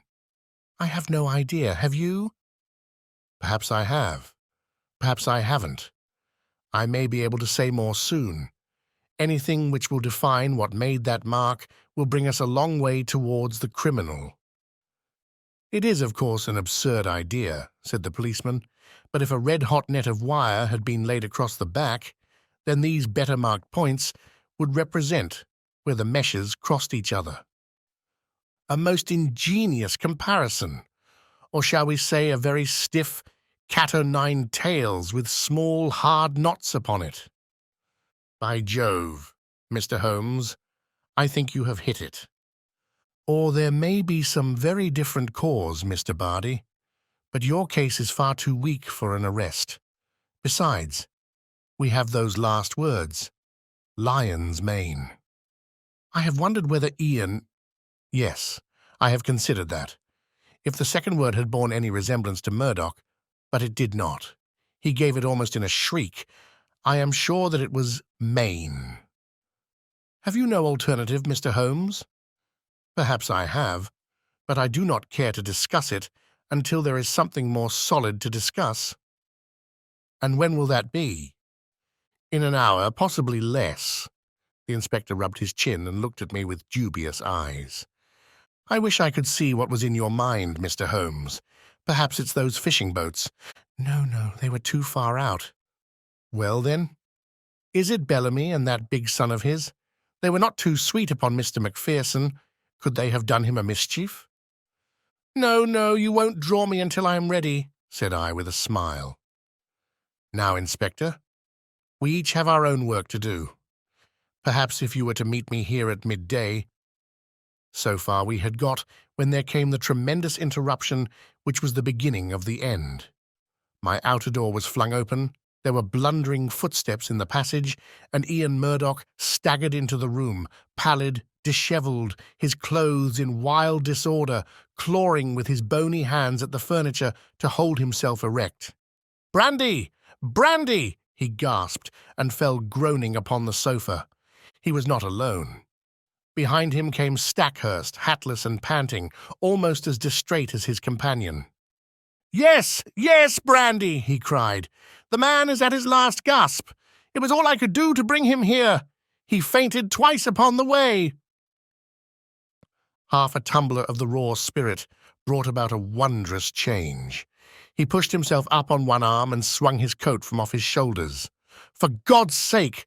Oil, opium, morphia!" he cried. "Anything to ease this infernal agony." The inspector and I cried out at the sight. There, criss-crossed upon the man's naked shoulder, was the same strange reticulated pattern of red, inflamed lines which had been the death mark of Fitzroy Macpherson. The pain was evidently terrible and was more than local, for the sufferer's breathing would stop for a time, his face would turn black, and then, with loud gasps, he would clap his hand to his heart while his brow dropped beads of sweat. At any moment, he might die. More and more brandy was poured down his throat, each fresh dose bringing him back to life. Pads of cotton wool soaked in salad oil seemed to take the agony from the strange wounds. At last his head fell heavily upon the cushion. Exhausted nature had taken refuge in its last storehouse of vitality. It was half asleep and half a faint, but at least it was ease from pain. To question him had been impossible, but the moment we were assured of his condition, Stackhurst turned upon me. "My God!" he cried. "What is it, Holmes? What is it? Where did you find him?" "Down on the beach, exactly where poor Macpherson met his end. If this man's heart had been weak as Macpherson's was, he would not be here now. More than once I thought he was gone as I brought him up. It was too far to the Gables, so I made for you." "Did you see him on the beach?" "I was walking on the cliff when I heard his cry. He was at the edge of the water, reeling about like a drunken man. I ran down, threw some clothes about him, and brought him up. For heaven's sake, Holmes, use all the powers you have and spare no pains to lift the curse from this place, for life is becoming unendurable. Can you, with all your worldwide reputation, do nothing for us?" "I think I can, Stackhurst. Come with me now. And you, Inspector, come along. We will see if we cannot deliver this murderer into your hands." Leaving the unconscious man in the charge of my housekeeper, we all three went down to the deadly lagoon.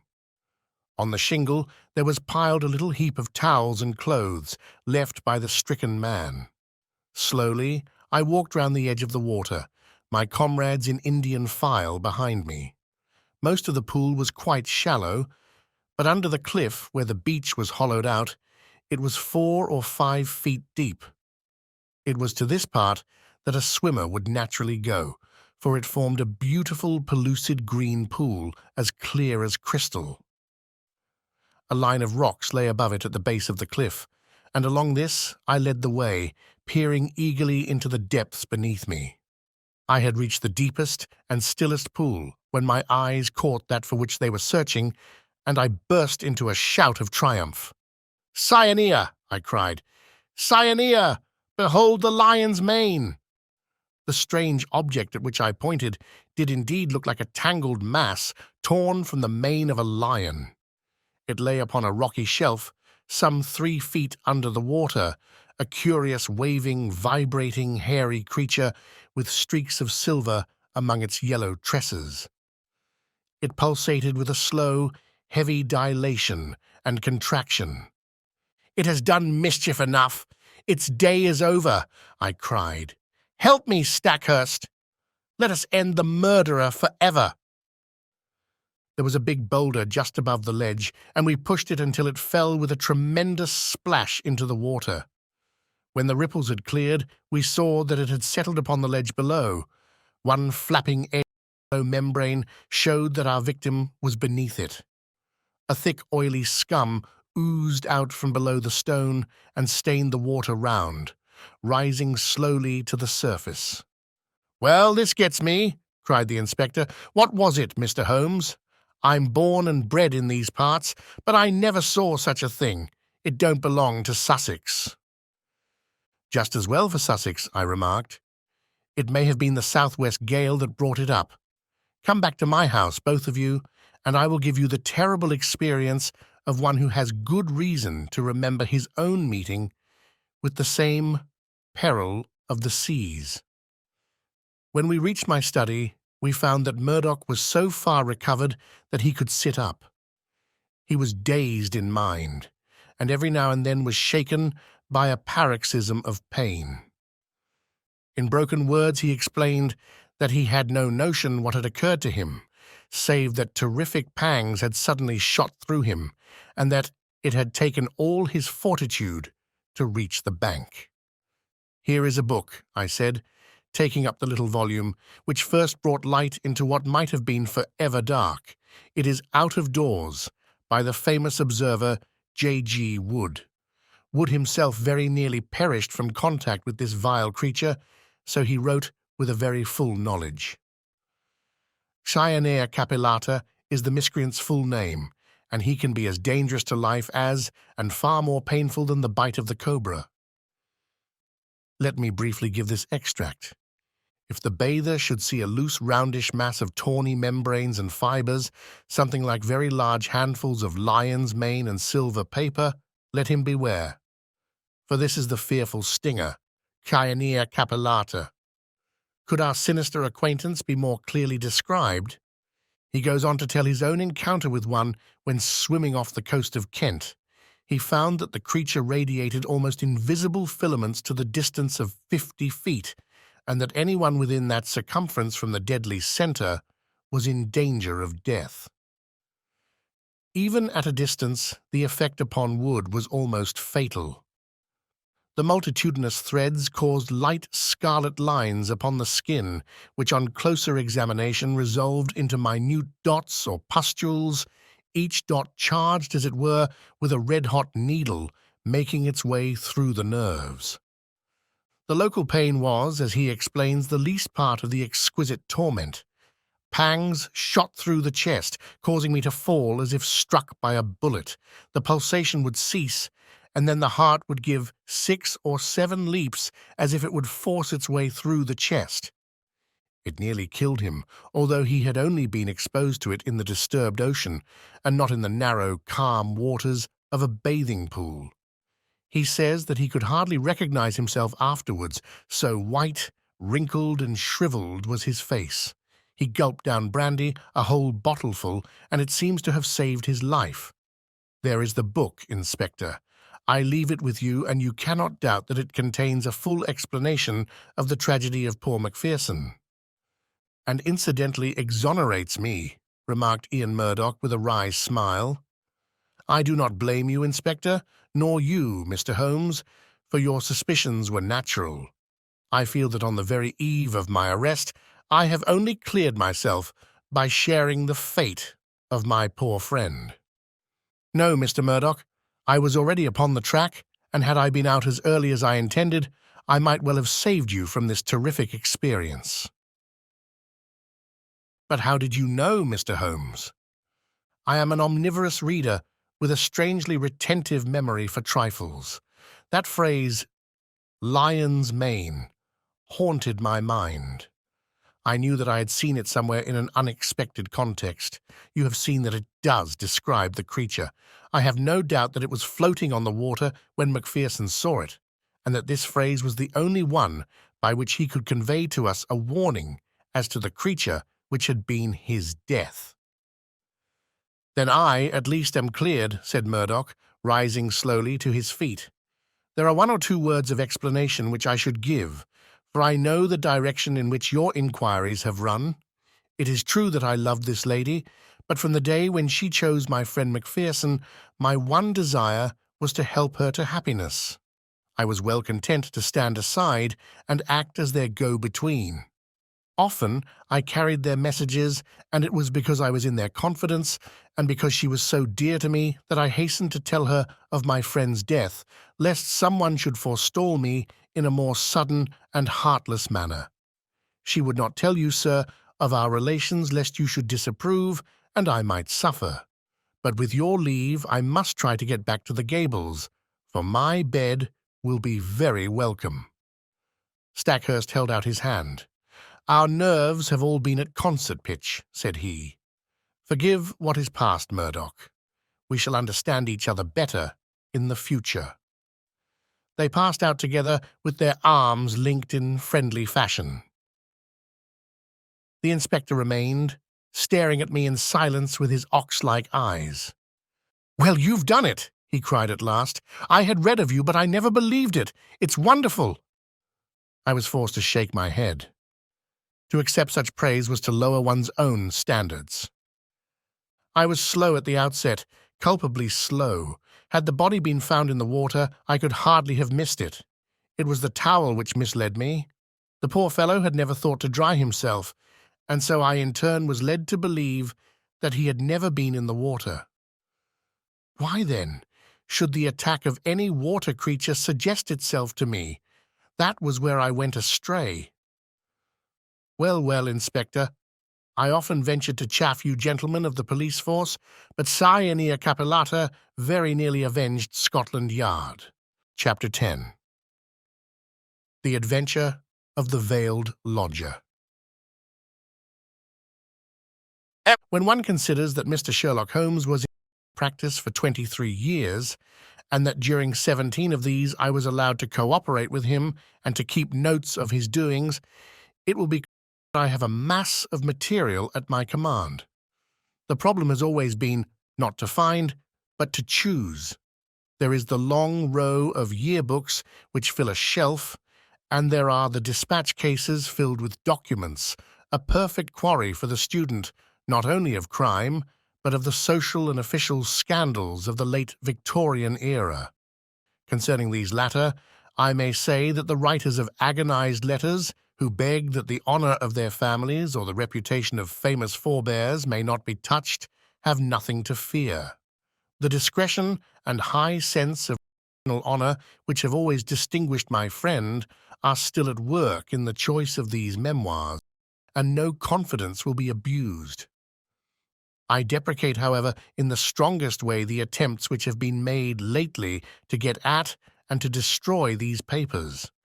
The source of these outrages is known, and if they are repeated, I have Mr. Holmes's authority for saying that the whole story concerning the politician, the lighthouse, and the train will be given to the public. There is at least one reader who will understand. It is not reasonable to suppose that every one of these cases gave Holmes the opportunity of showing those curious gifts of instinct and observation which I have endeavored to set forth in these memoirs. Sometimes he had, with much effort, to pick the fruit. Sometimes it fell easily into his lap. But the most terrible human tragedies were often involved in these cases which brought him the fewest personal opportunities, and it is one of these which I now desire to record. In telling it, I have made a slight change of name and place, but otherwise the facts are as stated. One forenoon, it was late in 1896, I received a hurried note from Holmes asking for my attendance. When I arrived, I found him seated in a smoke-laden atmosphere with an elderly, motherly woman of the buxom landlady type in the corresponding chair in front of him.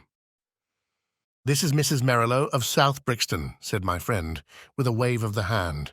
"Mrs. Merrilow does not object to tobacco, Watson, if you wish to indulge your filthy habits. Mrs. Merrilow has an interesting story to tell, which may well lead to further developments in which your presence may be useful. Anything I can do. You will understand, Mrs. Merrilow, that if I come to Mrs. Rhondda, I should prefer to have a witness. You will make her understand that before we arrive." "Lord bless you, Mr. Holmes," said our visitor. "She is that anxious to see you that you might bring the whole parish at your heels." "Then we shall come early in the afternoon. Let us see that we have our facts correct before we start. If we go over them, it will help Dr. Watson to understand the situation. You say that Mrs. Rhondda has been your lodger for 7 years, and that you have only once seen her face." "And I wish to God I had not," said Mrs. Merrilow. "It was, I understand, terribly mutilated." "Well, Mr. Holmes, you would hardly say it was a face at all. That's how it looked. Our milkman got a glimpse of her once peeping out of the upper window, and he dropped his tin and the milk all over the front garden. That is the kind of face it is. When I saw her, I happened on her unawares. She covered up quick, and then she said, "Now, Mrs. Merrilow, you know at last why it is that I never raise my veil." Do you know anything about her history? Nothing at all. Did she give references when she came? No, sir, but she gave hard cash and plenty of it. A quarter's rent right down on the table in advance, and no arguing about terms. In these times, a poor woman like me can't afford to turn down a chance like that. Did she give any reason for choosing your house? Mine stands well back from the road and is more private than most. Then again, I only take the one, and I have no family of my own. I reckon she had tried others and found that mine suited her best. It's privacy she is after, and she is ready to pay for it. You say that she never showed her face from first to last save on the one accidental occasion. Well, it is a very remarkable story, most remarkable, and I don't wonder that you want it examined. I don't, Mr. Holmes. I am quite satisfied so long as I get my rent. You could not have a quieter lodger, or one who gives less trouble. Then what has brought matters to a head? Her health, Mr. Holmes. She seems to be wasting away. And there's something terrible on her mind. "Murder!" she cries. "Murder!" And once I heard her. "You cruel beast, you monster!" she cried. It was in the night, and it fair rang through the house and sent the shivers through me. So I went to her in the morning. "Mrs. Rhonda," I says, "if you have anything that is troubling your soul, there's the clergy," I says, "and there's the police. Between them, you should get some help." "For God's sake, not the police," says she, "and the clergy can't change what is past. And yet," she says, "it would ease my mind if someone knew the truth before I died." "Well," says I, "if you won't have the regulars, there is this detective man what we read about, begging your pardon, Mr. Holmes." And she fair jumped at it. "That's the man," says she. "I wonder I never thought of it before. Bring him here, Mrs. Merrilow, and if he won't come, tell him I am the wife of Rhonda's wild beast show. Say that, and give him the name Abbas Parver." Here it is as she wrote it, Abbas Parver. That will bring him, if he's the man I think he is. "And it will too," remarked Holmes. "Very good, Mrs. Merrilow. I should like to have a little chat with Dr. Watson. That will carry us till lunchtime. About 3 o'clock, you may expect to see us at your house in Brixton." Our visitor had no sooner waddled out of the room, no other verb can describe Mrs. Merrilow's method of progression, than Sherlock Holmes threw himself with fierce energy upon the pile of commonplace books in the corner. For a few minutes there was a constant swish of the leaves, and then, with a grunt of satisfaction, he came upon what he sought. So excited was he that he did not rise, but sat upon the floor like some strange Buddha with crossed legs, the huge books all round him, and one open upon his knees. "The case worried me at the time, Watson. Here are my marginal notes to prove it. I confess that I could make nothing of it, and yet I was convinced that the coroner was wrong. Have you no recollection of the Abbas Parver tragedy?" "None, Holmes." "And yet you were with me then. But certainly my own impression was very superficial, for there was nothing to go by, and none of the parties had engaged my services. Perhaps you would care to read the papers. Could you not give me the points?" "That is very easily done. It will probably come back to your memory as I talk. Rhonda, of course, was a household word. He was the rival of Wombwell and of Sanger, one of the greatest showmen of his day. There is evidence, however, that he took to drink, and that both he and his show were on the downgrade at the time of the great tragedy. The caravan had halted for the night at Abbas Parver, which is a small village in Berkshire, when this horror occurred. They were on their way to Wimbledon, travelling by road, and they were simply camping and not exhibiting, as the place is so small a one that it would not have paid them to open. They had among their exhibits a very fine North African lion. Sahara King was its name, and it was the habit, both of Rhonda and his wife, to give exhibitions inside its cage. Here, you see, is a photograph of the performance by which you will perceive that Rhonda was a huge porcine person and that his wife was a very magnificent woman. It was deposed at the inquest that there had been some signs that the lion was dangerous, but as usual, familiarity begat contempt, and no notice was taken of the fact. It was usual for either Rhonda or his wife to feed the lion at night. Sometimes one went, sometimes both, but they never allowed anyone else to do it, for they believed that so long as they were the food carriers, he would regard them as benefactors and would never molest them. On this particular night, 7 years ago, they both went, and a very terrible happening followed, the details of which have never been made clear. It seems that the whole camp was roused near midnight by the roars of the animal and the screams of the woman. The different grooms and employees rushed from their tents, carrying lanterns, and by their light an awful sight was revealed. Rhonda lay with the back of his head crushed in and deep claw marks across his scalp, some 10 yards from the cage, which was open. Close to the door of the cage lay Mrs. Rhonda upon her back, with the creature squatting and snarling above her. It had torn her face in such a fashion that it was never thought that she could live. Several of the circus men, headed by Leonardo, the strong man, and Griggs, the clown, drove the creature off with poles, upon which it sprang back into the cage and was at once locked in. How it had got loose was a mystery. It was conjectured that the pair intended to enter the cage, but that when the door was loosed, the creature bounded out upon them. There was no other point of interest in the evidence, save that the woman in a delirium of agony kept screaming, "Coward! Coward!" as she was carried back to the van in which they lived. It was 6 months before she was fit to give evidence, but the inquest was duly held, with the obvious verdict of death from misadventure. "What alternative could be conceived?" said I. "You may well say so. And yet there were 1 or 2 points which worried young Edmonds of the Berkshire Constabulary. A smart lad, that. He was sent later to Allahabad. That was how I came into the matter, for he dropped in and smoked a pipe or two over it. A thin, yellow-haired man?" "Exactly. I was sure you would pick up the trail presently." "But what worried him?" "Well, we were both worried. It was so deucedly difficult to reconstruct the affair. Look at it from the lion's point of view. He is liberated. What does he do? He takes 6 bounds forward, which brings him to Rhonda. Rhonda turns to fly. The claw marks were on the back of his head, but the lion strikes him down.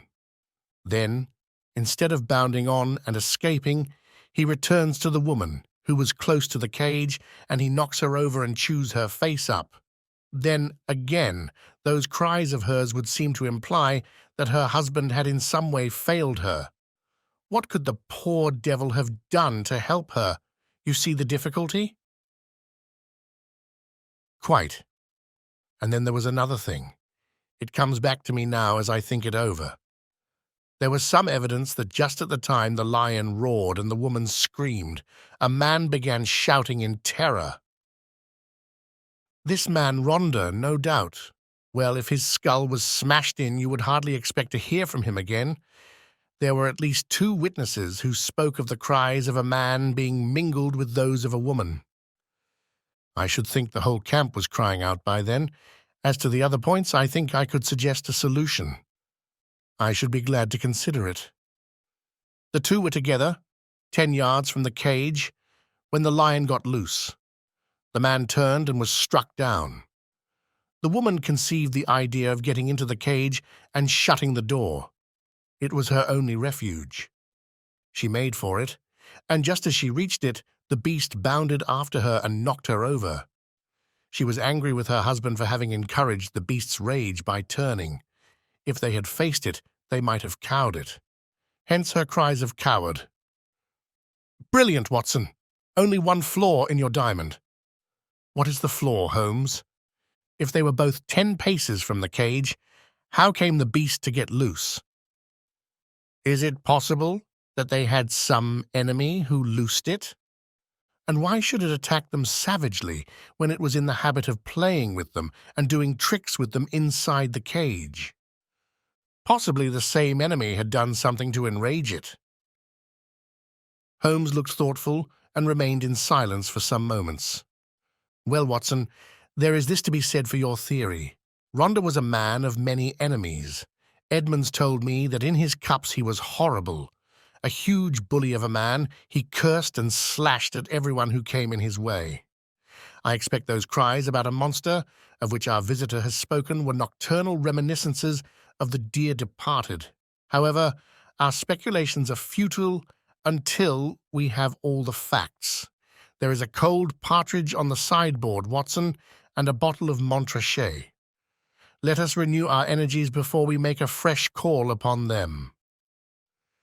When our hansom deposited us at the house of Mrs. Merrilow, we found that plump lady blocking up the door of her humble but retired abode. It was very clear that her chief preoccupation was lest she should lose a valuable lodger, and she implored us before showing us up to say and do nothing which could lead to so undesirable an end.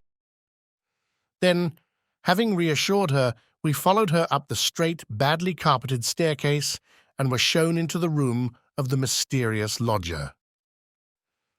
It was a close, musty, ill-ventilated place, as might be expected, since its inmates seldom left it. From keeping beasts in a cage, the woman seemed, by some retribution of fate, to have become herself a beast in a cage. She sat now in a broken armchair in the shadowy corner of the room.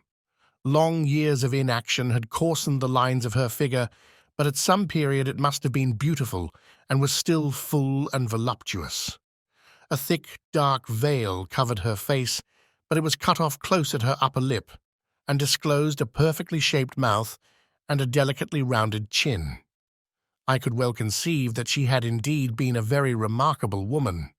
Her voice, too, was well modulated and pleasing. "My name is not unfamiliar to you, Mr. Holmes," said she. "I thought that it would bring you." "That is so, madam, though I do not know how you are aware that I was interested in your case."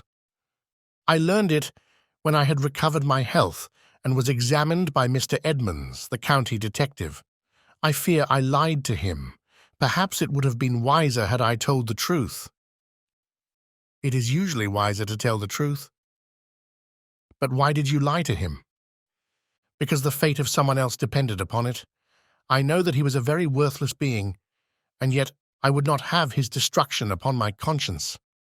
We had been so close, so close." "But has this impediment been removed?" "Yes, sir. The person that I allude to is dead." "Then why should you not now tell the police anything you know?" "Because there is another person to be considered. That other person is myself.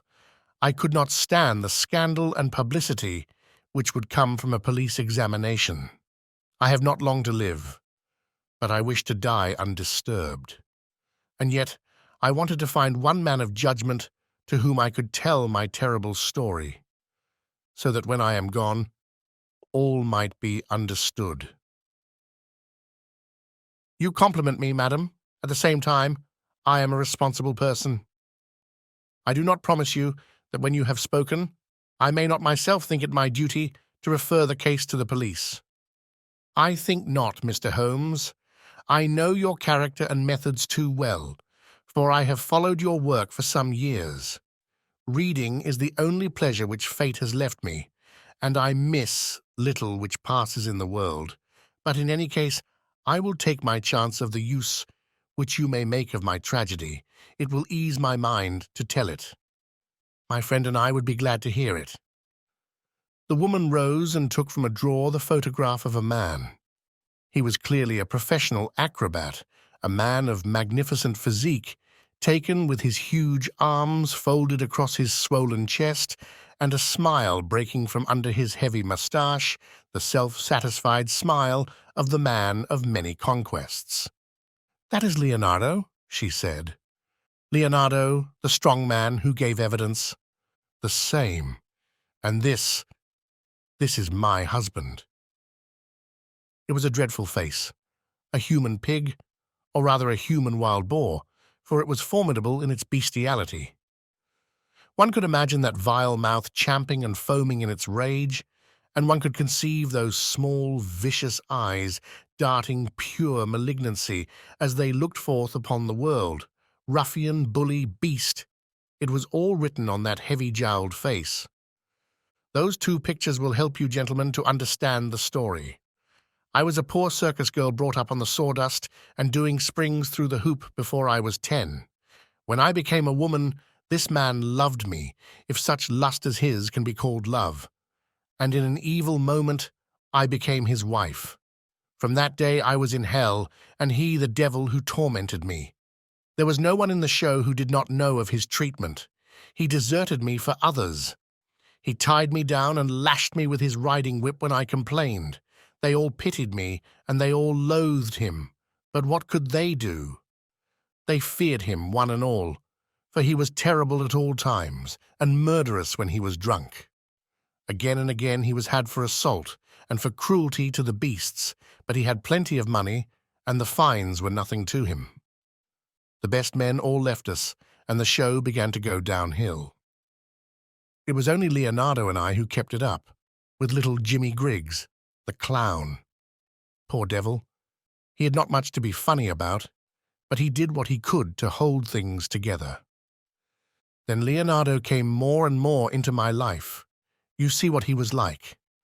I know now the poor spirit in that splendid body, but compared to my husband, he seemed like the angel Gabriel.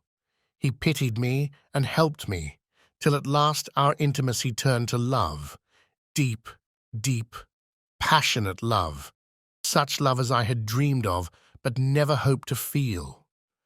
My husband suspected it, but I think that he was a coward as well as a bully, and that Leonardo was the one man that he was afraid of. He took revenge in his own way by torturing me more than ever. My cries brought Leonardo to the door of our van. We were near tragedy that night, and soon my lover and I understood that it could not be avoided. My husband was not fit to live. We planned that he should die.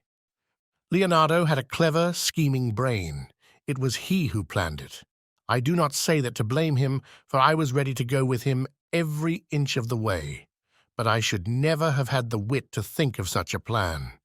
We made a club, Leonardo made it, and in the leaden head he fastened 5 long steel nails, the points outwards, with just such a spread as the lion's paw.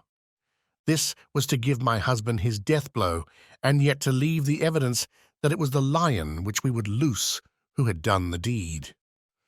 It was a pitch-dark night when my husband and I went down, as was our custom, to feed the beast. We carried with us the raw meat in a zinc pail. Leonardo was waiting at the corner of the big van, which we should have to pass before we reached the cage. He was too slow, and we walked past him before he could strike, but he followed us on tiptoe, and I heard the crash as the club smashed my husband's skull. My heart leaped with joy at the sound. I sprang forward, and I undid the catch which held the door of the great lion's cage. And then the terrible thing happened. You may have heard how quick these creatures are to scent human blood, and how it excites them. Some strange instinct had told the creature in one instant that a human being had been slain. As I slipped the bars, it bounded out and was on me in an instant. Leonardo could have saved me. If he had rushed forward and struck the beast with his club, he might have cowed it. But the man lost his nerve. I heard him shout in his terror, and then I saw him turn and fly. At the same instant, the teeth of the lion met in my face. Its hot, filthy breath had already poisoned me, and I was hardly conscious of pain, With the palms of my hands, I tried to push the great steaming, blood-stained jaws away from me, and I screamed for help. I was conscious that the camp was stirring, and then dimly I remember a group of men, Leonardo, Griggs, and others, dragging me from under the creature's paws. That was my last memory, Mr. Holmes, for many a weary month. When I came to myself and saw myself in the mirror, I cursed that lion. Oh, how I cursed him! Not because he had torn away my beauty, but because he had not torn away my life. I had but one desire, Mr. Holmes, and I had enough money to gratify it. It was that I should cover myself so that my poor face should be seen by none, and that I should dwell where none whom I had ever known should find me. That was all that was left to me to do, and that is what I have done. A poor, wounded beast that has crawled into its hole to die. That is the end of Eugenia Ronda. We sat in silence for some time after the unhappy woman had told her story. Then Holmes stretched out his long arm and patted her hand with such a show of sympathy as I had seldom known him to exhibit. "Poor girl," he said, "poor girl. The ways of fate are indeed hard to understand. If there is not some compensation hereafter, then the world is a cruel jest. But what of this man Leonardo? I never saw him or heard from him again. Perhaps I have been wrong to feel so bitterly against him. He might as soon have loved one of the freaks whom we carried round the country as the thing which the lion had left. But a woman's love is not so easily set aside. He had left me under the beast's claws. He had deserted me in my need, and yet I could not bring myself to give him to the gallows. For myself, I cared nothing what became of me. What could be more dreadful than my actual life? But I stood between Leonardo and his fate. And he is dead? He was drowned last month when bathing near Margate. I saw his death in the paper. And what did he do with this five-clawed club, which is the most singular and ingenious part of all your story? I cannot tell, Mr. Holmes. There is a chalk pit by the camp, with a deep green pool at the base of it.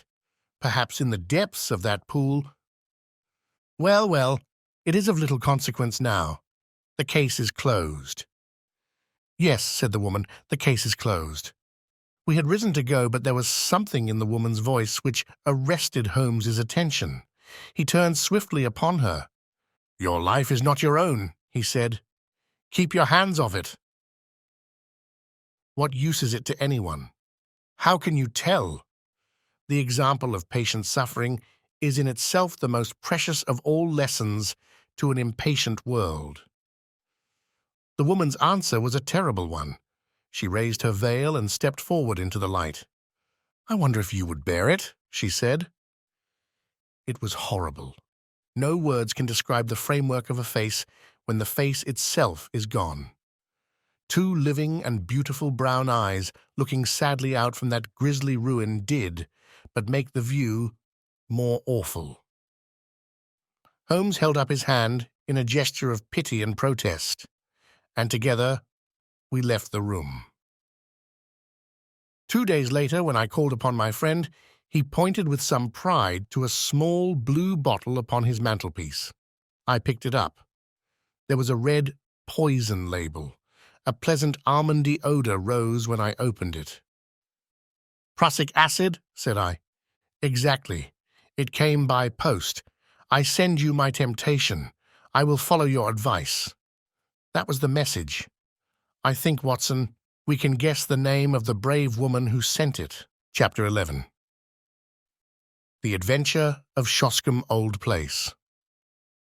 Sherlock Holmes had been bending for a long time over a low-power microscope. Now he straightened himself up and looked round at me in triumph.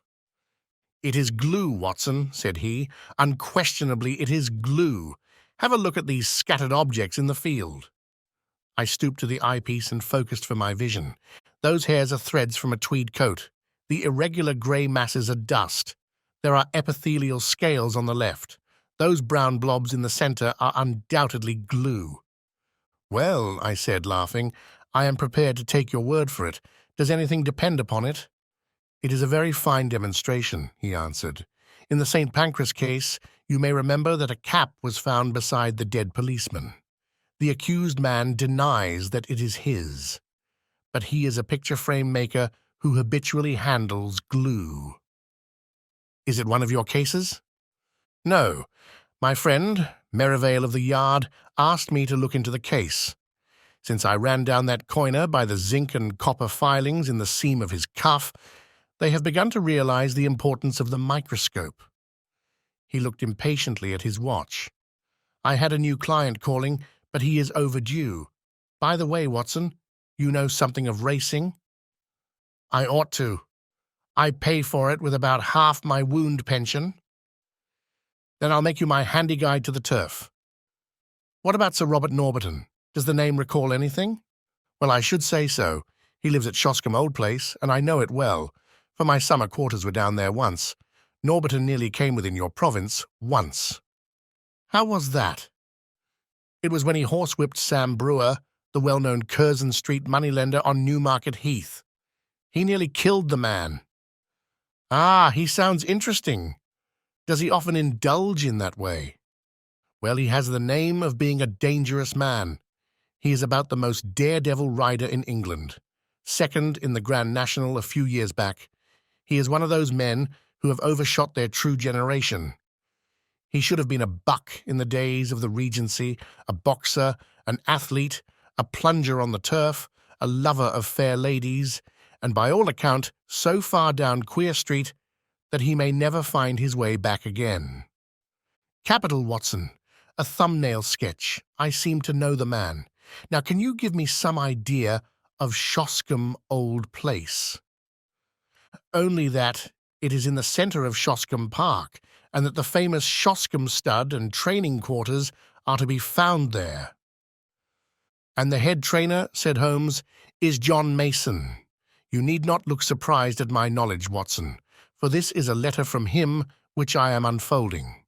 But let us have some more about Shoscombe. I seem to have struck a rich vein."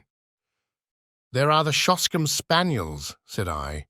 "You hear of them at every dog show. The most exclusive breed in England.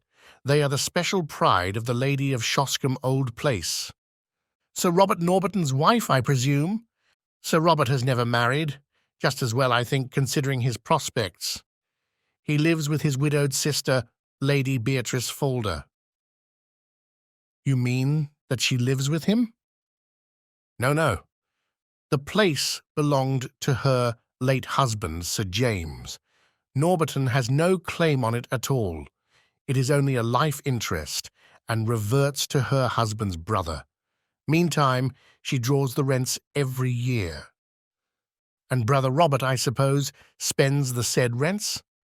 "That is about the size of it. He is a devil of a fellow, and must lead her a most uneasy life." "Yet I have heard that she is devoted to him. But what is amiss at Shoscombe?" "Ah, that is just what I want to know. And here, I expect, is the man who can tell us." The door had opened, and the page had shown, in a tall, clean-shaven man with the firm, austere expression which is only seen upon those who have to control horses or boys.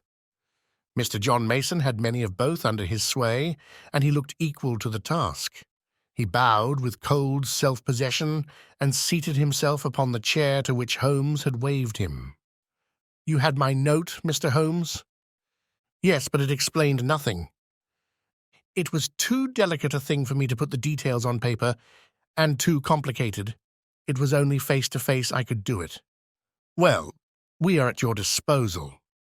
First of all, Mr. Holmes, I think that my employer, Sir Robert, has gone mad." Holmes raised his eyebrows. "This is Baker Street, not Harley Street," said he. "But why do you say so?" "Well, sir, when a man does one queer thing or two queer things, there may be a meaning to it, but when everything he does is queer, then you begin to wonder. I believe Shoscombe Prince and the Derby have turned his brain." Chapter 12. The Adventure of the Retired Colourman. Sherlock Holmes was in a melancholy and philosophic mood that morning. His alert, practical nature was subject to such reactions. "Did you see him?" he asked. "You mean the old fellow who has just gone out?" "Precisely." "Yes, I met him at the door." "What did you think of him? A pathetic, futile, broken creature." "Exactly, Watson, pathetic and futile. But is not all life pathetic and futile? Is not his story a microcosm of the whole? We reach, we grasp, and what is left in our hands at the end? A shadow, or worse than a shadow, misery. Is he one of your clients?" "Well, I suppose I may call him so. He has been sent on by the yard, just as medical men occasionally send their incurables to a quack. They argue that they can do nothing more, and that whatever happens, the patient can be no worse than he is." "What is the matter?" Holmes took a rather soiled card from the table. "Josiah Amberley. He says he was junior partner of Brickfall and Amberley, who are manufacturers of artistic materials. You will see their names upon paint boxes. He made his little pile, retired from business at the age of 61, bought a house at Lewisham, and settled down to rest after a life of ceaseless grind. One would think his future was tolerably assured." "Yes, indeed." Holmes glanced over some notes which he had scribbled upon the back of an envelope. "Retired in 1896, Watson. Early in 1897, he married a woman 20 years younger than himself. A good-looking woman, too, if the photograph does not flatter. A competence, a wife, leisure. It seemed a straight road which lay before him. And yet, within 2 years, he is, as you have seen, as broken and miserable a creature as crawls beneath the sun." "But what has happened?" "The old story, Watson. A treacherous friend and a fickle wife. It would appear that Amberley has one hobby in life, and it is chess. Not far from him at Lewisham, there lives a young doctor who is also a chess player. I have noted his name as Dr. Ray Ernest. Ernest was frequently in the house, and an intimacy between him and Mrs. Amberley was a natural sequence, for you must admit that our unfortunate client has few outward graces, whatever his inner virtues may be. The couple went off together last week. Destination untraced. What is more, the faithless spouse carried off the old man's deed box as her personal luggage, with a good part of his life's savings within. Can we find the lady? Can we save the money? A commonplace problem so far as it has developed, and yet a vital one for Josiah Amberley. What will you do about it? Well, the immediate question, my dear Watson, happens to be, what will you do, if you will be good enough to understudy me? You know that I am preoccupied with this case of the 2 Coptic patriarchs, which should come to a head today. I really have not time to go out to Lewisham, and yet evidence taken on the spot has a special value.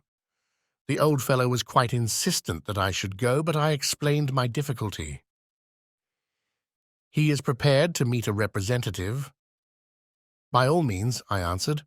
I confess I don't see that I can be of much service, but I am willing to do my best. And so it was that on a summer afternoon I set forth to Lewisham, little dreaming that within a week the affair in which I was engaging would be the eager debate of all England. It was late that evening before I returned to Baker Street and gave an account of my mission. Holmes lay with his gaunt figure stretched in his deep chair, his pipe curling forth slow wreaths of acrid tobacco, while his eyelids drooped over his eyes so lazily that he might almost have been asleep. Were it not that at any halt or questionable passage of my narrative, they half lifted, and 2 grey eyes, as bright and keen as rapiers, transfixed me with their searching glance. "The Haven is the name of Mr. Josiah Amberley's house," I explained. "I think it would interest you, Holmes. It is like some penurious patrician who has sunk into the company of his inferiors. You know that particular quarter, the monotonous brick streets, the weary suburban highways.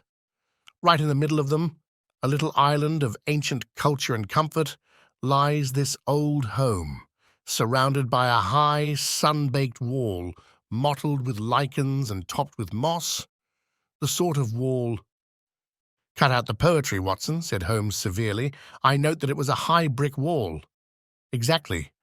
I should not have known which was the haven had I not asked a lounger who was smoking in the street. I have a reason for mentioning him. He was a tall, dark, heavily moustached, rather military-looking man. He nodded in answer to my inquiry and gave me a curiously questioning glance, which came back to my memory a little later. I had hardly entered the gateway before I saw Mr. Amberley coming down the drive. I only had a glimpse of him this morning, and he certainly gave me the impression of a strange creature. But when I saw him in full light, his appearance was even more abnormal.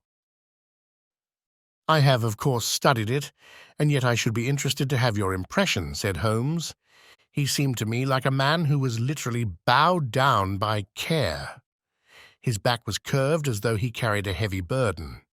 Yet he was not the weakling that I had at first imagined, for his shoulders and chest have the framework of a giant, though his figure tapers away into a pair of spindled legs. Left shoe wrinkled, right one smooth." "I did not observe that." "No, you wouldn't. I spotted his artificial limb. But proceed." "I was struck by the snaky locks of grizzled hair which curled from under his old straw hat, and his face with its fierce, eager expression and the deeply lined features." "Very good, Watson. What did he say?" "He began pouring out the story of his grievances. We walked down the drive together, and of course I took a good look round. I have never seen a worse-kept place. The garden was all running to seed, giving me an impression of wild neglect in which the plants had been allowed to find the way of nature rather than of art. How any decent woman could have tolerated such a state of things, I don't know. The house, too, was slatternly to the last degree, but the poor man seemed himself to be aware of it and to be trying to remedy it. For a great pot of green paint stood in the centre of the hall, and he was carrying a thick brush in his left hand. He had been working on the woodwork. He took me into his dingy sanctum, and we had a long chat. Of course, he was disappointed that you had not come yourself. "I hardly expected," he said, "that so humble an individual as myself, especially after my heavy financial loss, could obtain the complete attention of so famous a man as Mr. Sherlock Holmes." I assured him that the financial question did not arise. "No, of course, it is art for art's sake with him," said he. "But even on the artistic side of crime, he might have found something here to study. And human nature, Dr. Watson, the black ingratitude of it all. When did I ever refuse one of her requests? Was ever a woman so pampered? And that young man, he might have been my own son. He had the run of my house, and yet see how they have treated me. Oh, Dr. Watson, it is a dreadful, dreadful world." That was the burden of his song for an hour or more. He had, it seems, no suspicion of an intrigue. They lived alone, save for a woman who comes in by the day and leaves every evening at 6. On that particular evening, old Amberley, wishing to give his wife a treat, had taken 2 upper-circle seats at the Haymarket Theatre. At the last moment she had complained of a headache and had refused to go. He had gone alone. There seemed to be no doubt about the fact, for he produced the unused ticket which he had taken for his wife. "That is remarkable, most remarkable," said Holmes, whose interest in the case seemed to be rising. "Pray continue, Watson. I find your narrative most arresting. Did you personally examine this ticket? You did not perchance take the number?" "It so happens that I did," I answered with some pride. "It chanced to be my old school number 31, and so it stuck in my head." "Excellent, Watson. His seat, then, was either 30 or 32. "Quite so," I answered with some mystification, "and on B row. That is most satisfactory. What else did he tell you?" "He showed me his strong room, as he called it.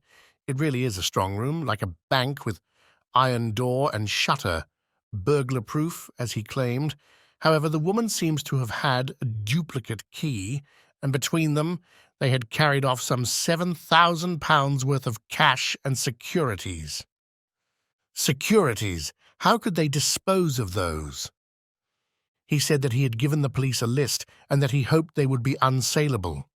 He had got back from the theatre about midnight and found the place plundered, the door and window open, and the fugitives gone. There was no letter or message, nor has he heard a word since. He at once gave the alarm to the police. Holmes brooded for some minutes. You say he was painting. What was he painting? Well, he was painting the passage, but he had already painted the door and woodwork of this room I spoke of. Does it not strike you as a strange occupation in the circumstances?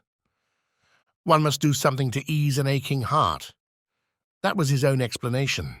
It was eccentric, no doubt, but he is clearly an eccentric man. He tore up one of his wife's photographs in my presence, tore it up furiously in a tempest of passion. I never wish to see her damned face again, he shrieked. Anything more, Watson? Yes, one thing which struck me more than anything else. I had driven to the Blackheath station and had caught my train there, when just as it was starting, I saw a man dart into the carriage next to my own. You know that I have a quick eye for faces, Holmes. It was undoubtedly the tall, dark man whom I had addressed in the street. I saw him once more at London Bridge, and then I lost him in the crowd, but I am convinced that he was following me. No doubt, said Holmes. A tall, dark, heavily moustached man, you say, with grey-tinted sunglasses? Holmes, you are a wizard. I did not say so, but he had grey-tinted sunglasses. And a Masonic tie-pin? Holmes. Quite simple, my dear Watson, but let us get down to what is practical. I must admit to you that the case, which seemed to me to be so absurdly simple as to be hardly worth my notice, is rapidly assuming a very different aspect. It is true that, though in your mission you have missed everything of importance, yet even those things which have obtruded themselves upon your notice give rise to serious thought. What have I missed? Don't be hurt, my dear fellow. You know that I am quite impersonal. No one else would have done better, some possibly not so well. But clearly you have missed some vital points. What is the opinion of the neighbours about this man Amberley and his wife? That surely is of importance. What of Dr. Ernest? Was he the gay Lothario one would expect? With your natural advantages, Watson, every lady is your helper and accomplice. What about the girl at the post office or the wife of the greengrocer? I can picture you whispering soft nothings with the young lady at the Blue Anchor and receiving hard somethings in exchange. All this you have left undone. It can still be done. It has been done. Thanks to the telephone and the help of the Yard, I can usually get my essentials without leaving this room. As a matter of fact, my information confirms the man's story. He has the local repute of being a miser as well as a harsh and exacting husband. That he had a large sum of money in that strong room of his is certain.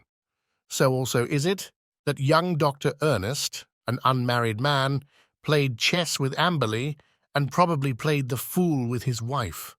All this seems plain sailing, and one would think that there was no more to be said, and yet, where lies the difficulty? In my imagination, perhaps. Well, leave it there, Watson. Let us escape from this weary workaday world by the side door of music. Karina sings tonight at the Albert Hall, and we still have time to dress, dine, and enjoy. In the morning I was up betimes, but some toast crumbs and 2 empty eggshells told me that my companion was earlier still. I found a scribbled note upon the table. Dear Watson, there are 1 or 2 points of contact which I should wish to establish with Mr. Josiah Amberley.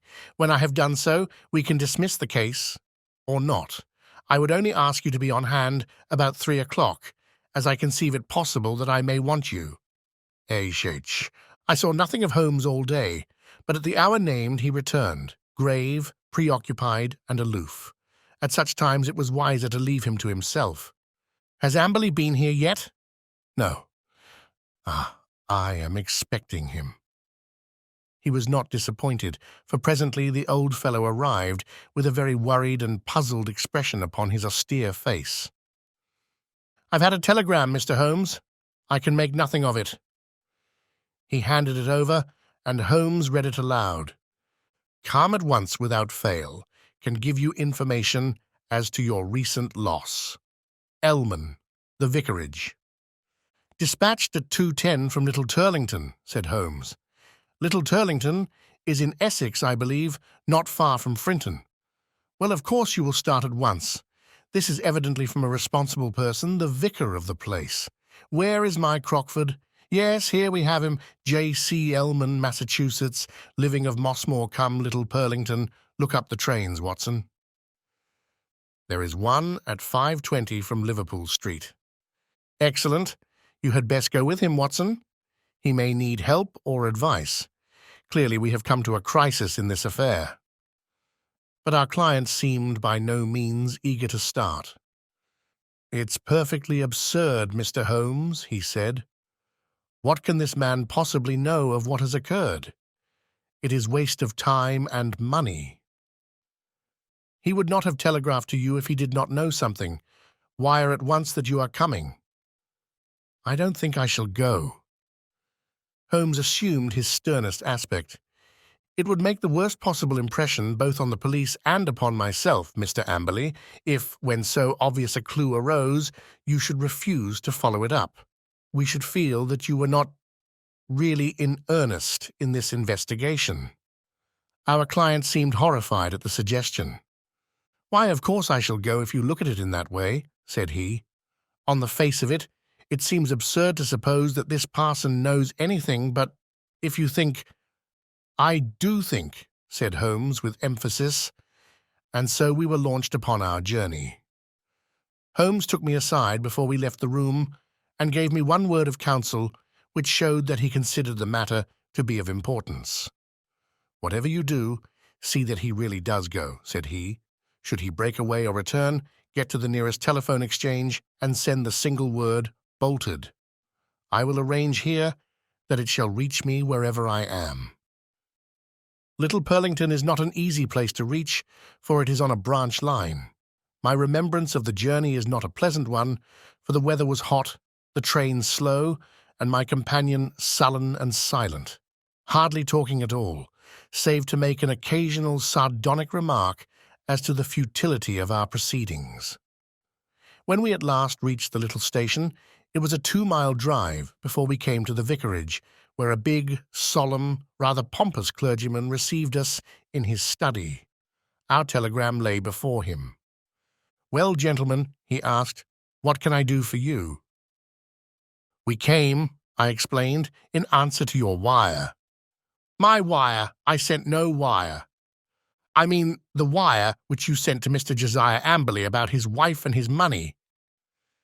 "If this is a joke, sir, it is a very questionable one," said the vicar, angrily. "I have never heard of the gentleman you name, and I have not sent a wire to anyone." Our client and I looked at each other in amazement. "Perhaps there is some mistake," said I. "Are there perhaps 2 vicarages? Here is the wire itself, signed Elman, and dated from the vicarage." "There is only one vicarage, sir, and only one vicar, and this wire is a scandalous forgery, the origin of which shall certainly be investigated by the police. Meanwhile, I can see no possible object in prolonging this interview." So Mr. Amberley and I found ourselves on the roadside in what seemed to me to be the most primitive village in England. We made for the telegraph office, but it was already closed. There was a telephone, however, at the little railway arms, and by it I got into touch with Holmes, who shared in our amazement at the result of our journey. "Most singular," said the distant voice. "Most remarkable. I much fear, my dear Watson, that there is no return train tonight. I have unwittingly condemned you to the horrors of a country inn. However, there is always nature, Watson. nature and Josiah Amberley, you can be in close commune with both." I heard his dry chuckle as he turned away. It was soon apparent to me that my companion's reputation as a miser was not undeserved. He had grumbled at the expense of the journey, had insisted upon travelling third class, and was now clamorous in his objections to the hotel bill. Next morning, when we did at last arrive in London, it was hard to say which of us was in the worse humour. "You had best take Baker Street as we pass," said I. "Mr. Holmes may have some fresh instructions." "If they are not worth more than the last ones, they are not of much use," said Amberley, with a malevolent scowl. Nonetheless, he kept me company. I had already warned Holmes by telegram of the hour of our arrival, but we found a message waiting that he was at Lewisham and would expect us there. That was a surprise, but an even greater one was to find that he was not alone in the sitting-room of our client. A stern-looking, impassive man sat beside him, a dark man with grey-tinted glasses and a large Masonic pin projecting from his tie. "This is my friend Mr. Barker," said Holmes. "He has been interesting himself also in your business, Mr. Josiah Amberley, though we have been working independently, but we both have the same question to ask you." Mr. Amberley sat down heavily. He sensed impending danger. I read it in his straining eyes and his twitching features. "What is the question, Mr. Holmes?" "Only this. What did you do with the bodies?" The man sprang to his feet with a hoarse scream. He clawed into the air with his bony hands. His mouth was open, and for the instant he looked like some horrible bird of prey. In a flash we got a glimpse of the real Josiah Amberley, a misshapen demon with a soul as distorted as his body. As he fell back into his chair, he clapped his hand to his lips as if to stifle a cough. Holmes sprang at his throat like a tiger and twisted his face towards the ground. A white pellet fell from between his gasping lips. "No shortcuts, Josiah Amberley. Things must be done decently and in order. What about it, Barker?" "I have a cab at the door," said our taciturn companion. "It is only a few hundred yards to the station. We will go together. You can stay here, Watson. I shall be back within half an hour." The old colourman had the strength of a lion in that great trunk of his, but he was helpless in the hands of the two experienced manhandlers. Wriggling and twisting, he was dragged to the waiting cab, and I was left to my solitary vigil in the ill-omened house. In less time than he had named, however, Holmes was back, in company with a smart young police inspector. "I've left Barker to look after the formalities," said Holmes. "You had not met Barker, Watson. He is my hated rival upon the Surrey shore. When you said a tall, dark man, it was not difficult for me to complete the picture. He has several good cases to his credit, has he not, Inspector?" "He has certainly interfered several times," the inspector answered with reserve. "His methods are irregular, no doubt, like my own. The irregulars are useful sometimes, you know. You, for example, with your compulsory warning about whatever he said being used against him, could never have bluffed this rascal into what is virtually a confession." "Perhaps not. But we get there all the same, Mr. Holmes. Don't imagine that we had not formed our own views of this case, and that we would not have laid our hands on our man. You will excuse us for feeling sore when you jump in with methods which we cannot use and so rob us of the credit." "There shall be no such robbery, Mackinnon. I assure you that I efface myself from now onwards, and as to Barker, he has done nothing save what I told him." The inspector seemed considerably relieved. "That is very handsome of you, Mr. Holmes. Praise or blame can matter little to you, but it is very different to us when the newspapers begin to ask questions." "Quite so, but they are pretty sure to ask questions anyhow, so it would be as well to have answers. What will you say, for example, when the intelligent and enterprising reporter asks you what the exact points were which aroused your suspicion and finally gave you a certain conviction as to the real facts?" The inspector looked puzzled. "We don't seem to have got any real facts yet, Mr. Holmes." You say that the prisoner, in the presence of 3 witnesses, practically confessed, by trying to commit suicide, that he had murdered his wife and her lover. What other facts have you? Have you arranged for a search? There are 3 constables on their way.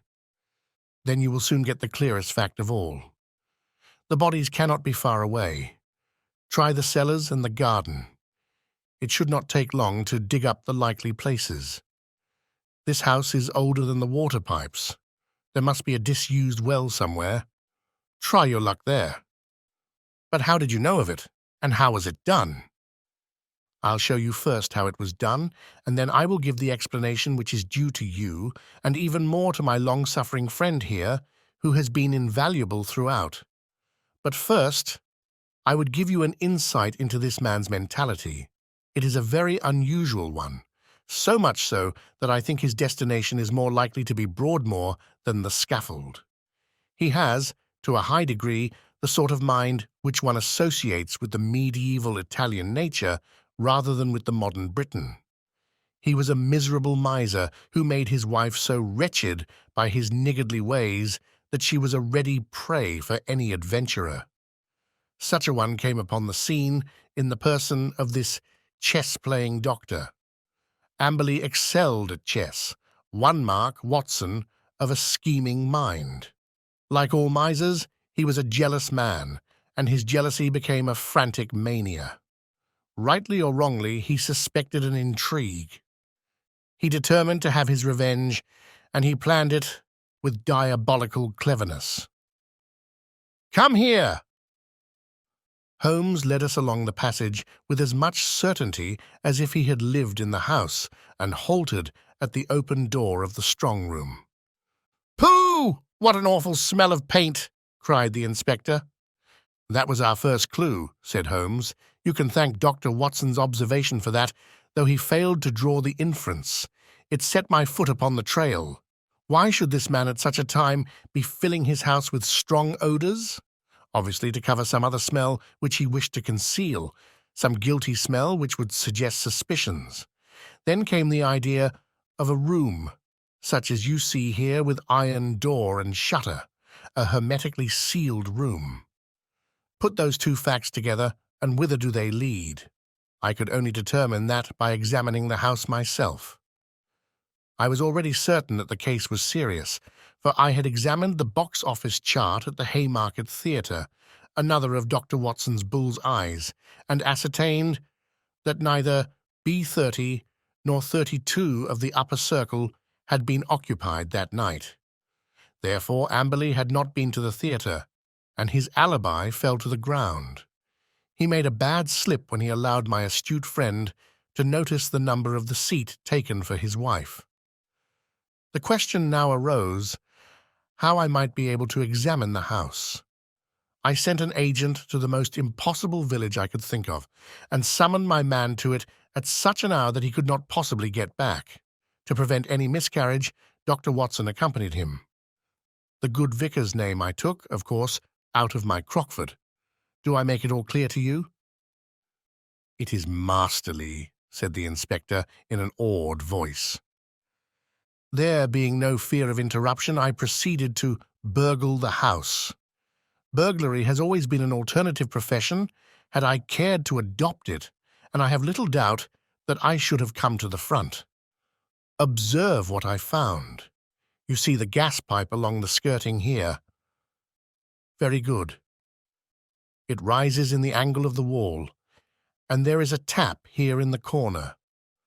The pipe runs out into the strong room, as you can see, and ends in that plaster rose in the center of the ceiling where it is concealed by the ornamentation. That end is wide open. At any moment, by turning the outside tap, the room could be flooded with gas. With door and shutter closed and the tap full on, I would not give 2 minutes of conscious sensation to anyone shut up in that little chamber. By what devilish device he decoyed them there, I do not know, but once inside the door, they were at his mercy. The inspector examined the pipe with interest. "One of our officers mentioned the smell of gas," said he, "but of course the window and door were open then, and the paint, or some of it, was already about. He had begun the work of painting the day before, according to his story. But what next, Mr. Holmes? Well, then came an incident which was rather unexpected to myself. I was slipping through the pantry window in the early dawn when I felt a hand inside my collar, and a voice said, "Now, you rascal, what are you doing in there?" When I could twist my head round, I looked into the tinted spectacles of my friend and rival, Mr. Barker. It was a curious forgathering, and set us both smiling. It seems that he had been engaged by Dr. Ray Ernest's family to make some investigations, and had come to the same conclusion as to foul play. He had watched the house for some days, and had spotted Dr. Watson as one of the obviously suspicious characters who had called there. He could hardly arrest Watson, but when he saw a man actually climbing out of the pantry window, there came a limit to his restraint. Of course, I told him how matters stood, and we continued the case together. Why him? Why not us? Because it was in my mind to put that little test, which answered so admirably. I fear you would not have gone so far. The inspector smiled. Well, maybe not. I understand that I have your word, Mr. Holmes, that you step right out of the case now, and that you turn all your results over to us. Certainly, that is always my custom. Well, in the name of the force, I thank you. It seems a clear case, as you put it, and there can't be much difficulty over the bodies. I'll show you a grim little bit of evidence, said Holmes, and I am sure Amberley himself never observed it. You'll get results, Inspector, by always putting yourself in the other fellow's place and thinking what you would do yourself. It takes some imagination, but it pays. Now, we will suppose that you were shut up in this little room, had not 2 minutes to live, but wanted to get even with the fiend, who was probably mocking at you from the other side of the door. What would you do? Write a message. Exactly. You would like to tell people how you died. No use writing on paper. That would be seen. If you wrote on the wall, some eye might rest upon it. Now look here. Just above the skirting is scribbled with a purple indelible pencil. That's all. What do you make of that? Well, it's only a foot above the ground. The poor devil was on the floor and dying when he wrote it. He lost his senses before he could finish. He was writing, "We were murdered." That's how I read it. If you find an indelible pencil on the body, we'll look out for it, you may be sure. But those securities? Clearly there was no robbery at all. And yet he did possess those bonds. We verified that. You may be sure he has them hidden in a safe place. When the whole elopement had passed into history, he would suddenly discover them and announce that the guilty couple had relented and sent back the plunder or had dropped it on the way. You certainly seem to have met every difficulty, said the inspector. Of course, he was bound to call us in, but why he should have gone to you, I can't understand. Pure swank, Holmes answered. He felt so clever and so sure of himself that he imagined no one could touch him. He could say to any suspicious neighbor, "Look at the steps I have taken. I have consulted not only the police, but even Sherlock Holmes." The inspector laughed. "We must forgive you your even, Mr. Holmes," said he. "It's as workmanlike a job as I can remember." A couple of days later, my friend tossed across to me a copy of the bi-weekly North Surrey Observer. Under a series of flaming headlines, which began with "The Haven Horror" and ended with "Brilliant Police Investigation," there was a packed column of print which gave the first consecutive account of the affair. The concluding paragraph is typical of the whole. It ran thus: "The remarkable acumen by which Inspector Mackinnon deduced from the smell of paint that some other smell, that of gas, for example, might be concealed. The bold deduction that the strong room might also be the death chamber, and the subsequent inquiry which led to the discovery of the bodies in a disused well, cleverly concealed by a dog kennel, should live in the history of crime as a standing example of the intelligence of our professional detectives. Well, well, Mackinnon is a good fellow, said Holmes with a tolerant smile. You can file it in our archives, Watson. Some day the true story may be told. The end.